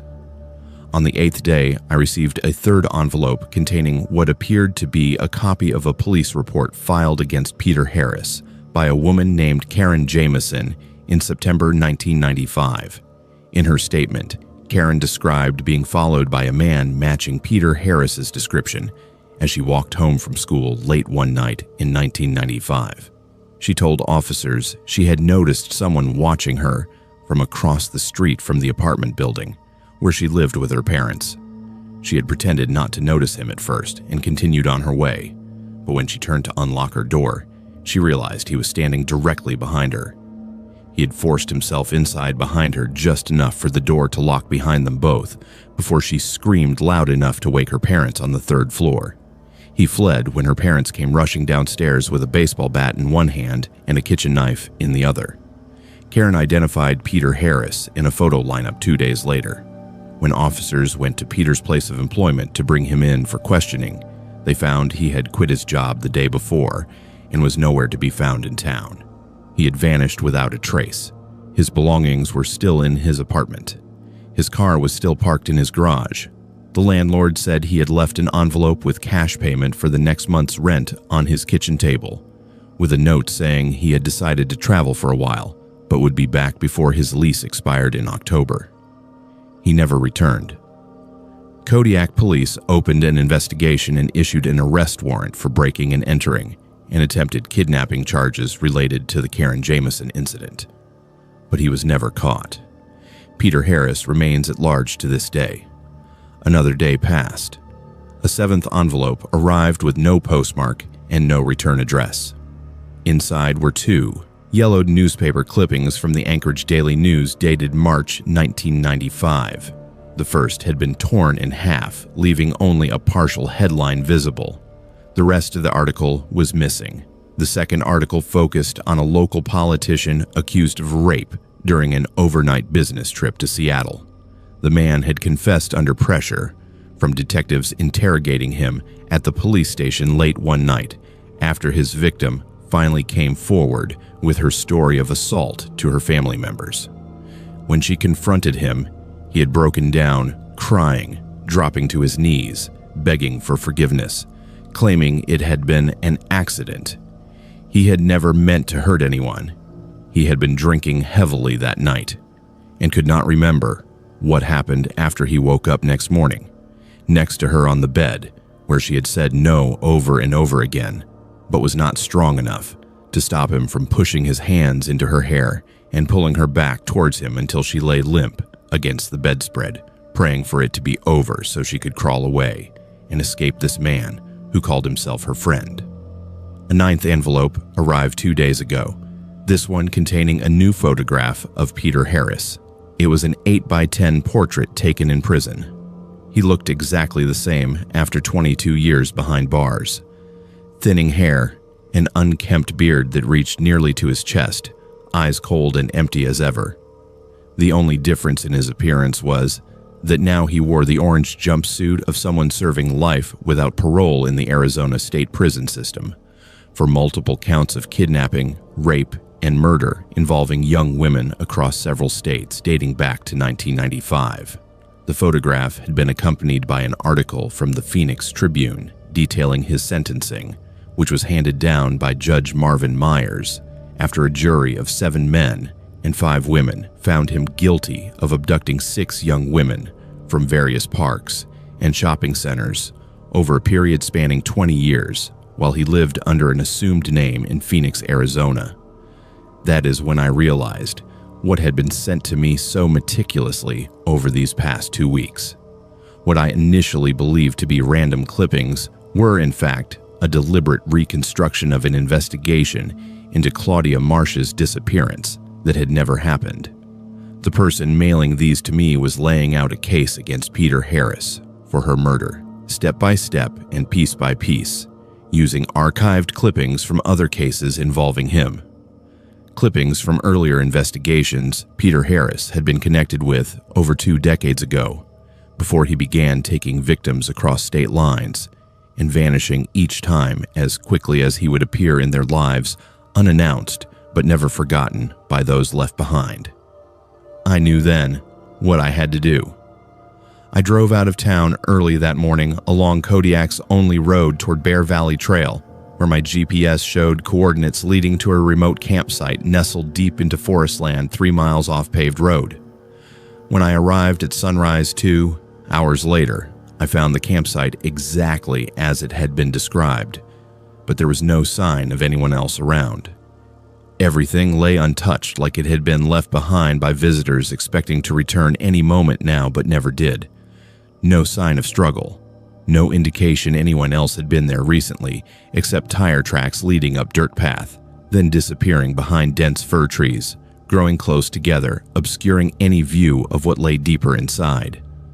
As I stood alone, listening only birdsong, and wind-rustling leaves above my head, beneath gray sky, threatening rain at any moment. Now I knew this would be where someone would finally find Claudia Marsh's remains. She would be lying under leaves, covered by branches broken beneath someone's weight, just days after her death. Days before, Peter Harris fled town, leaving everything behind except one single photograph tucked away inside police jacket pocket, containing all answers we needed to finally bring him home again after 22 years running free, without anyone ever suspecting how close he had been or how much he had taken from us all without being caught. Until now. This is how I knew, then with absolute certainty, what had been sent to me wasn't clippings from various investigations over 2 decades.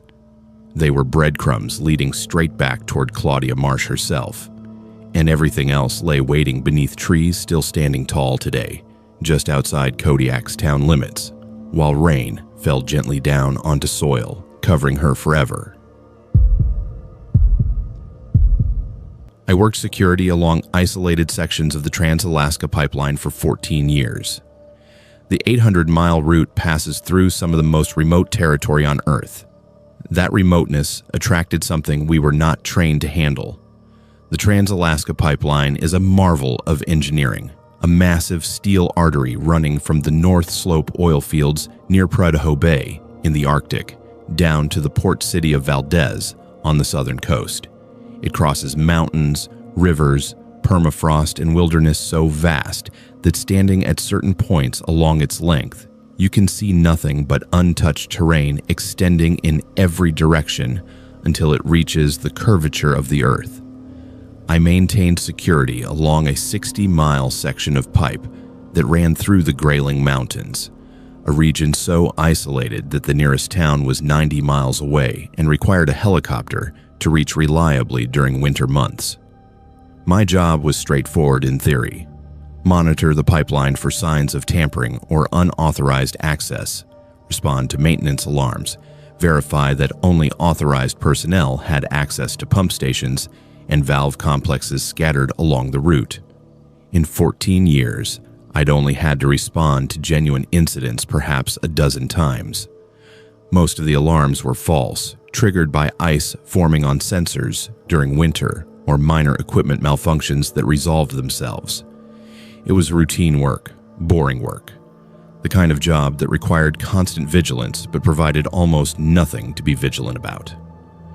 That monotony ended in March 2016 when the alarms started going off at places they should never have gone off. The first incident involved a pump station located 47 miles north of my base. An unauthorized access alarm registered at 2:34 a.m. on a Tuesday morning. The system showed someone had bypassed the electronic lock on the service entrance and had been inside the station for approximately 8 minutes before the alarm triggered. I radioed my supervisor in Anchorage, explained the situation, and received authorization to investigate. I drove my truck to the pump station in approximately 50 minutes, arriving to find everything locked and secure. No signs of forced entry, no indication that anyone had been inside. The service records showed the last authorized maintenance visit had been 12 days prior. I reviewed the security footage from the exterior cameras and saw nothing. The images showed an empty landscape, snow falling gently, the station standing alone in the darkness. At the exact timestamp when the alarm triggered internally, the exterior cameras showed no movement, no person, nothing approaching or leaving the facility. I contacted my supervisor again and reported the incident as a potential sensor malfunction. Maintenance teams were scheduled to inspect and calibrate the system.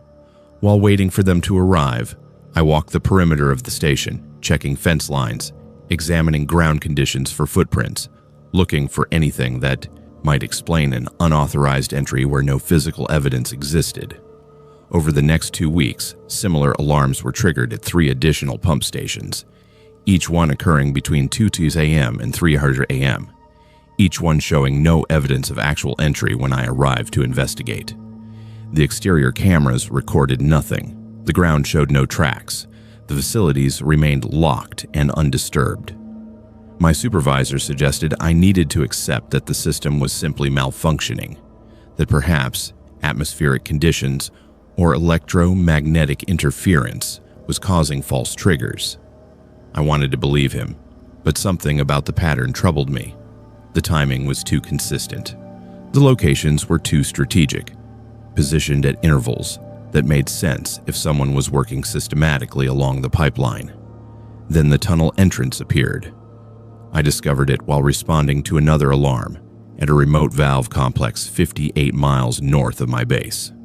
The alarm had triggered at 2:47 a.m., and when I arrived, I performed my standard inspection. As I walked the perimeter, my flashlight caught something I had never noticed before: a faint seam in the hillside, about 100 yards behind the valve complex. Upon closer examination, I found that what appeared to be natural rock face was actually a carefully constructed facade made of plywood and painted to blend with the surrounding stone. Behind the facade was an entrance, a tunnel carved into the hillside, a tunnel that led down into darkness. I radioed my supervisor immediately and reported what I had found. This time, the response was different. Within 24 hours, I had FBI agents and Department of Homeland Security officials on site conducting a full investigation. The tunnel was excavated and mapped. It ran underground for approximately 600 yards before terminating at what appeared to be a workshop of some kind. Inside the workshop, we found tools, equipment, and most alarmingly, a detailed map of the entire pipeline showing all pump stations, valve complexes, and vulnerable access points marked in red. The investigation expanded rapidly. Over the next month, searchers located 7 additional tunnel entrances positioned at strategic intervals along the pipeline route. Each tunnel was equipped with modern tools and electrical equipment. Each one showed signs of recent use. The implications became clear. Someone had been conducting a systematic study of the pipeline infrastructure, mapping access points, testing security systems, learning the patterns of maintenance crews and security personnel. They were preparing for something: a coordinated attack, a systematic sabotage, a plan so ambitious and terrifying that the entire U.S. energy infrastructure could be compromised. The FBI launched a massive investigation to identify who was behind the tunnel construction and unauthorized access attempts. They interviewed every pipeline maintenance worker, every contractor, every person with legitimate access to the facilities. They reviewed financial records looking for payments that might suggest foreign agents or domestic terrorists. They studied the engineering required to construct the tunnels, which was sophisticated enough to suggest someone with advanced knowledge of geology and construction. But despite all these efforts, they found no suspects, no evidence pointing to any specific individuals or organizations. Then they discovered the living spaces. Inside 3 of the tunnels, 40 yards or more below ground, were chambers that had been converted into habitations: sleeping bags, water storage, food supplies, propane heaters, evidence that someone had been living inside these underground spaces for extended periods. The most disturbing discovery was a journal found in one of the chambers. Written in careful handwriting, it documented observations and theories about the pipeline system, but it also contained disturbing personal observations. Notes about surveillance of security personnel like me, details about our patterns, our routines, our vulnerabilities. The journal included descriptions of me specifically: my appearance, my vehicle, my habits, my approximate location at specific times of day. I was terrified. I was being watched by someone who had carved hidden tunnels beneath the ground, who had been living underground, observing me for months or possibly years. The FBI took my statement and assigned protective detail. My section of the pipeline was placed under heightened security with additional personnel deployed to vulnerable points. But whoever had been living in those tunnels and watching me was gone. All the chambers below ground were abandoned. No bodies were found. No evidence suggesting foul play, just empty chambers and detailed journals that proved someone had been observing this critical piece of infrastructure with the intent to either damage it or understand how to damage it. The official investigation was classified immediately. Details were heavily redacted. The tunnels were sealed using concrete and metal barriers designed to prevent any future access or excavation. My section of the pipeline was transferred to a higher security classification, and new monitoring systems were installed that were far more sophisticated than anything I had ever seen before. When my contract expired in 2019, the pipeline company offered to renew it, but I declined. I could not work knowing that beneath the ground around me, there might still be tunnels, still be observers, still be someone studying the infrastructure with intentions I could not comprehend. What I learned later, through former colleagues still working on the pipeline, was that similar tunnels had been discovered at other sections of the pipeline over the following years. Some were found as far south as the Copper River, over 300 miles away. Others were discovered pointing access points along the route where no tunnels had been found initially. The pattern suggested that whoever was behind this had been working on this project for years, possibly decades, with resources far beyond what any single individual could command. The tunnels were too sophisticated. The planning was too extensive. The level of surveillance was too comprehensive. No one was ever arrested for the tunnel construction. No organization ever claimed responsibility. The project simply stopped at some point, abandoned before completion, left behind like evidence of an enormous ambition that had been interrupted before it could reach fruition. Sometimes I drive past sections of pipeline and wonder what is still beneath the ground. What plans remain incomplete? What tunnels still exist undiscovered? What observers might still be watching, still studying, still preparing for a moment when the pipeline and everyone protecting it will be vulnerable to whatever they have been planning all along? The Trans-Alaska Pipeline continues to operate. Oil flows through those steel tubes every single day, traveling the entire 800-mile distance from the Arctic to the Pacific. But I will never forget standing in that tunnel, shining my flashlight into the darkness, realizing that someone had built this infrastructure specifically to study me, specifically to understand our security procedures, specifically to prepare for something terrible that we prevented by accident when I discovered the tunnel facade that had been carefully designed to remain hidden forever.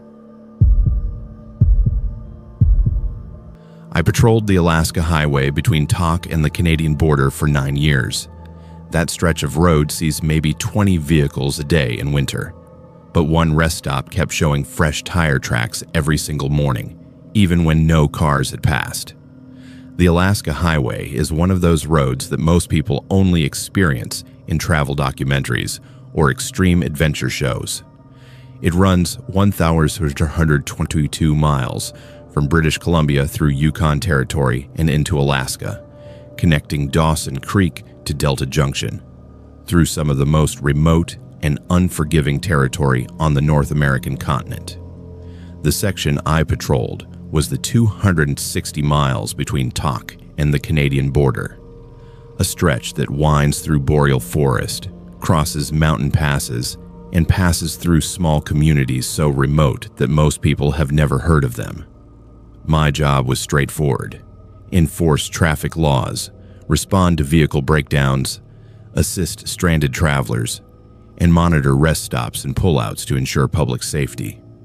Most days involved long stretches of driving along empty highway with nothing but the forest on either side and the sky stretching endlessly ahead.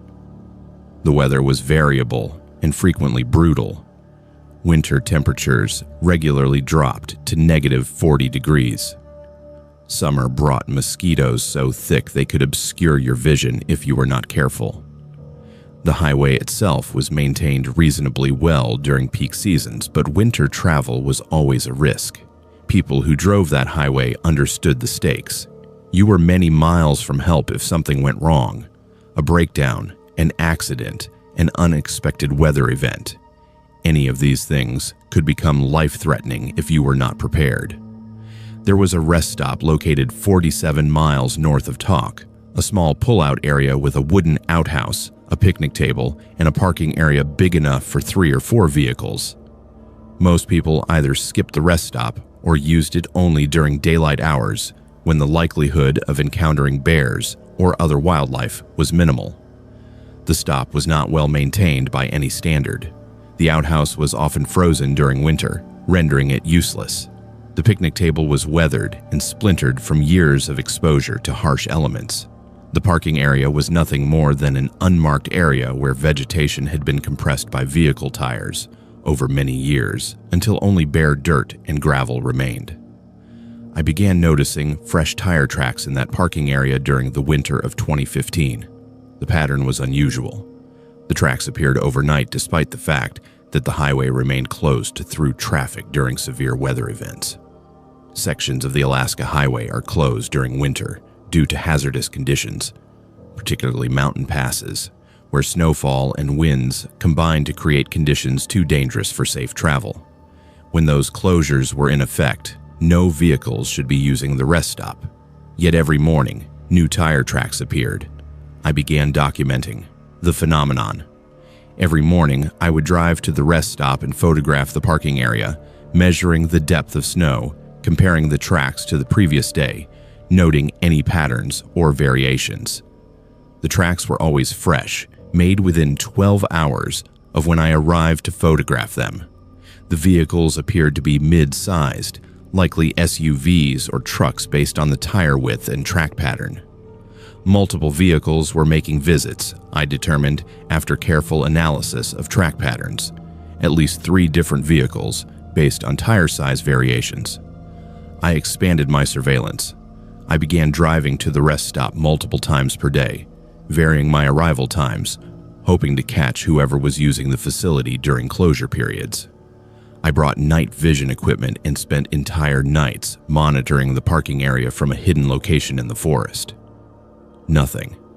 The vehicles seemed to arrive only when I was not present. The tracks told the story, but I never saw the vehicles or the people driving them. After 2 months of fruitless surveillance, I brought in additional officers and enlisted help from the Royal Canadian Mounted Police, who patrol the Canadian side of the border. We set up a more sophisticated monitoring system. Motion-activated cameras were placed at the rest stop, wired to send images to our patrol office. Trail cameras were positioned in the surrounding forest to capture any approach routes. We expected to finally catch whoever was using the rest stop illegally during highway closures. The equipment captured nothing useful. The cameras at the rest stop showed only empty parking areas. No vehicles appeared in any of the recorded footage. Yet the tire tracks continued to appear. Every morning, without fail, fresh tracks would be present. The tire patterns remained consistent with the previous weeks. Multiple vehicles, the same sizes, the same makes, visiting during the night hours when no human observer could see them. I began researching the history of that rest stop, wondering if there was something about the location that made it attractive to illegal activity. I discovered that the area had been used for bootlegging during Prohibition. Rumor had it that smugglers ran alcohol across the border through the Talk Gap, a mountain pass that provided direct access to the Yukon without going through official border crossings. The rest stop was located near that gap, suggesting perhaps the history of smuggling through the area had not ended. I coordinated with Customs and Border Protection agents to investigate whether the rest stop was being used for smuggling operations. They conducted surveillance of their own, focusing on the Canadian side of the border. They observed nothing during their monitoring periods.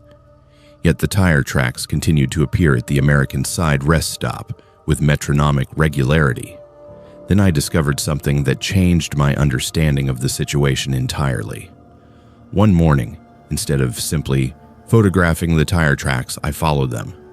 The tracks did not simply arrive at the rest stop and leave. They extended from the parking area into the surrounding forest.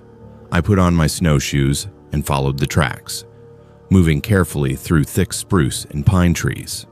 The tracks led deeper into the forest, away from the highway, toward the mountains.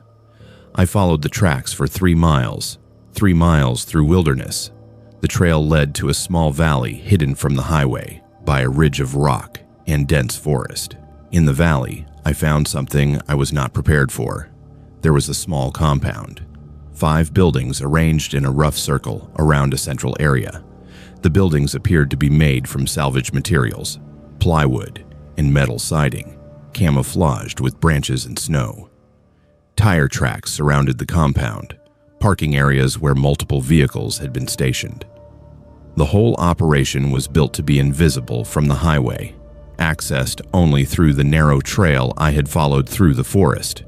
I radioed for backup immediately and waited for additional officers to arrive. When they did, we approached the compound cautiously.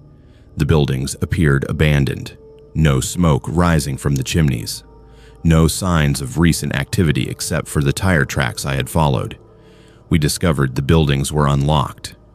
Inside, we found evidence of habitation: sleeping bags, food supplies, a small kitchen area set up in one building, a workshop in another building containing tools and equipment. But what we found most disturbing was in the central building. Maps, dozens of maps covering every wall. Maps of Alaska, maps of Canada, maps of the United States. Every map had been marked with locations, dates, times, and handwritten notes in a language I did not recognize. The level of detail was extraordinary. Specific locations were marked along the Alaska Highway. Rest stops, pullouts, sections of highway where visibility was limited or traffic was minimal. The FBI was contacted immediately. Within 24 hours, agents from multiple agencies descended on the compound. The buildings were fully excavated and documented. Evidence was collected and analyzed. What we eventually discovered was that the compound had been used for coordinating human trafficking operations across the Alaska-Canada border. The tire tracks at the rest stop represented transport runs, moving victims between collection points and staging areas. The maps indicated that over 40 different locations along the Alaska Highway and connecting routes had been used for trafficking operations. The handwritten notes in a Cyrillic script suggested Russian organized crime was behind the operation. The compound had been abandoned approximately 3 weeks before I discovered it, suggesting they had moved operations elsewhere after realizing someone was beginning to investigate the tire tracks. The investigation that followed was classified at levels I was not cleared to access. What I learned was limited to debriefings and official statements. Trafficking victims were eventually rescued from locations in Canada and Alaska. Criminal charges were filed against individuals allegedly connected to trafficking organizations, but no one was ever arrested at the compound I discovered. Whoever had been coordinating the operations had vanished. What haunts me most about this case is the tire tracks. Night after night, they appeared at that rest stop with perfect regularity. 3 miles of forest separated the rest stop from the compound, yet somehow the victims transported through those locations remained unnoticed. No one reported seeing anything unusual. No stranded travelers called for help from that isolated rest stop. The trafficking operation existed in plain sight, accessible from a highway that thousands of people drive every year, yet invisible to everyone except whoever was driving those vehicles in the darkness. The compound was eventually dismantled. The buildings were removed. The forest reclaimed the small valley. I still patrol that same section of highway. Every time I pass that rest stop, I examine the parking area carefully, looking for tire tracks that should not be there. Sometimes, during winter months when snow covers everything, I find fresh tracks again.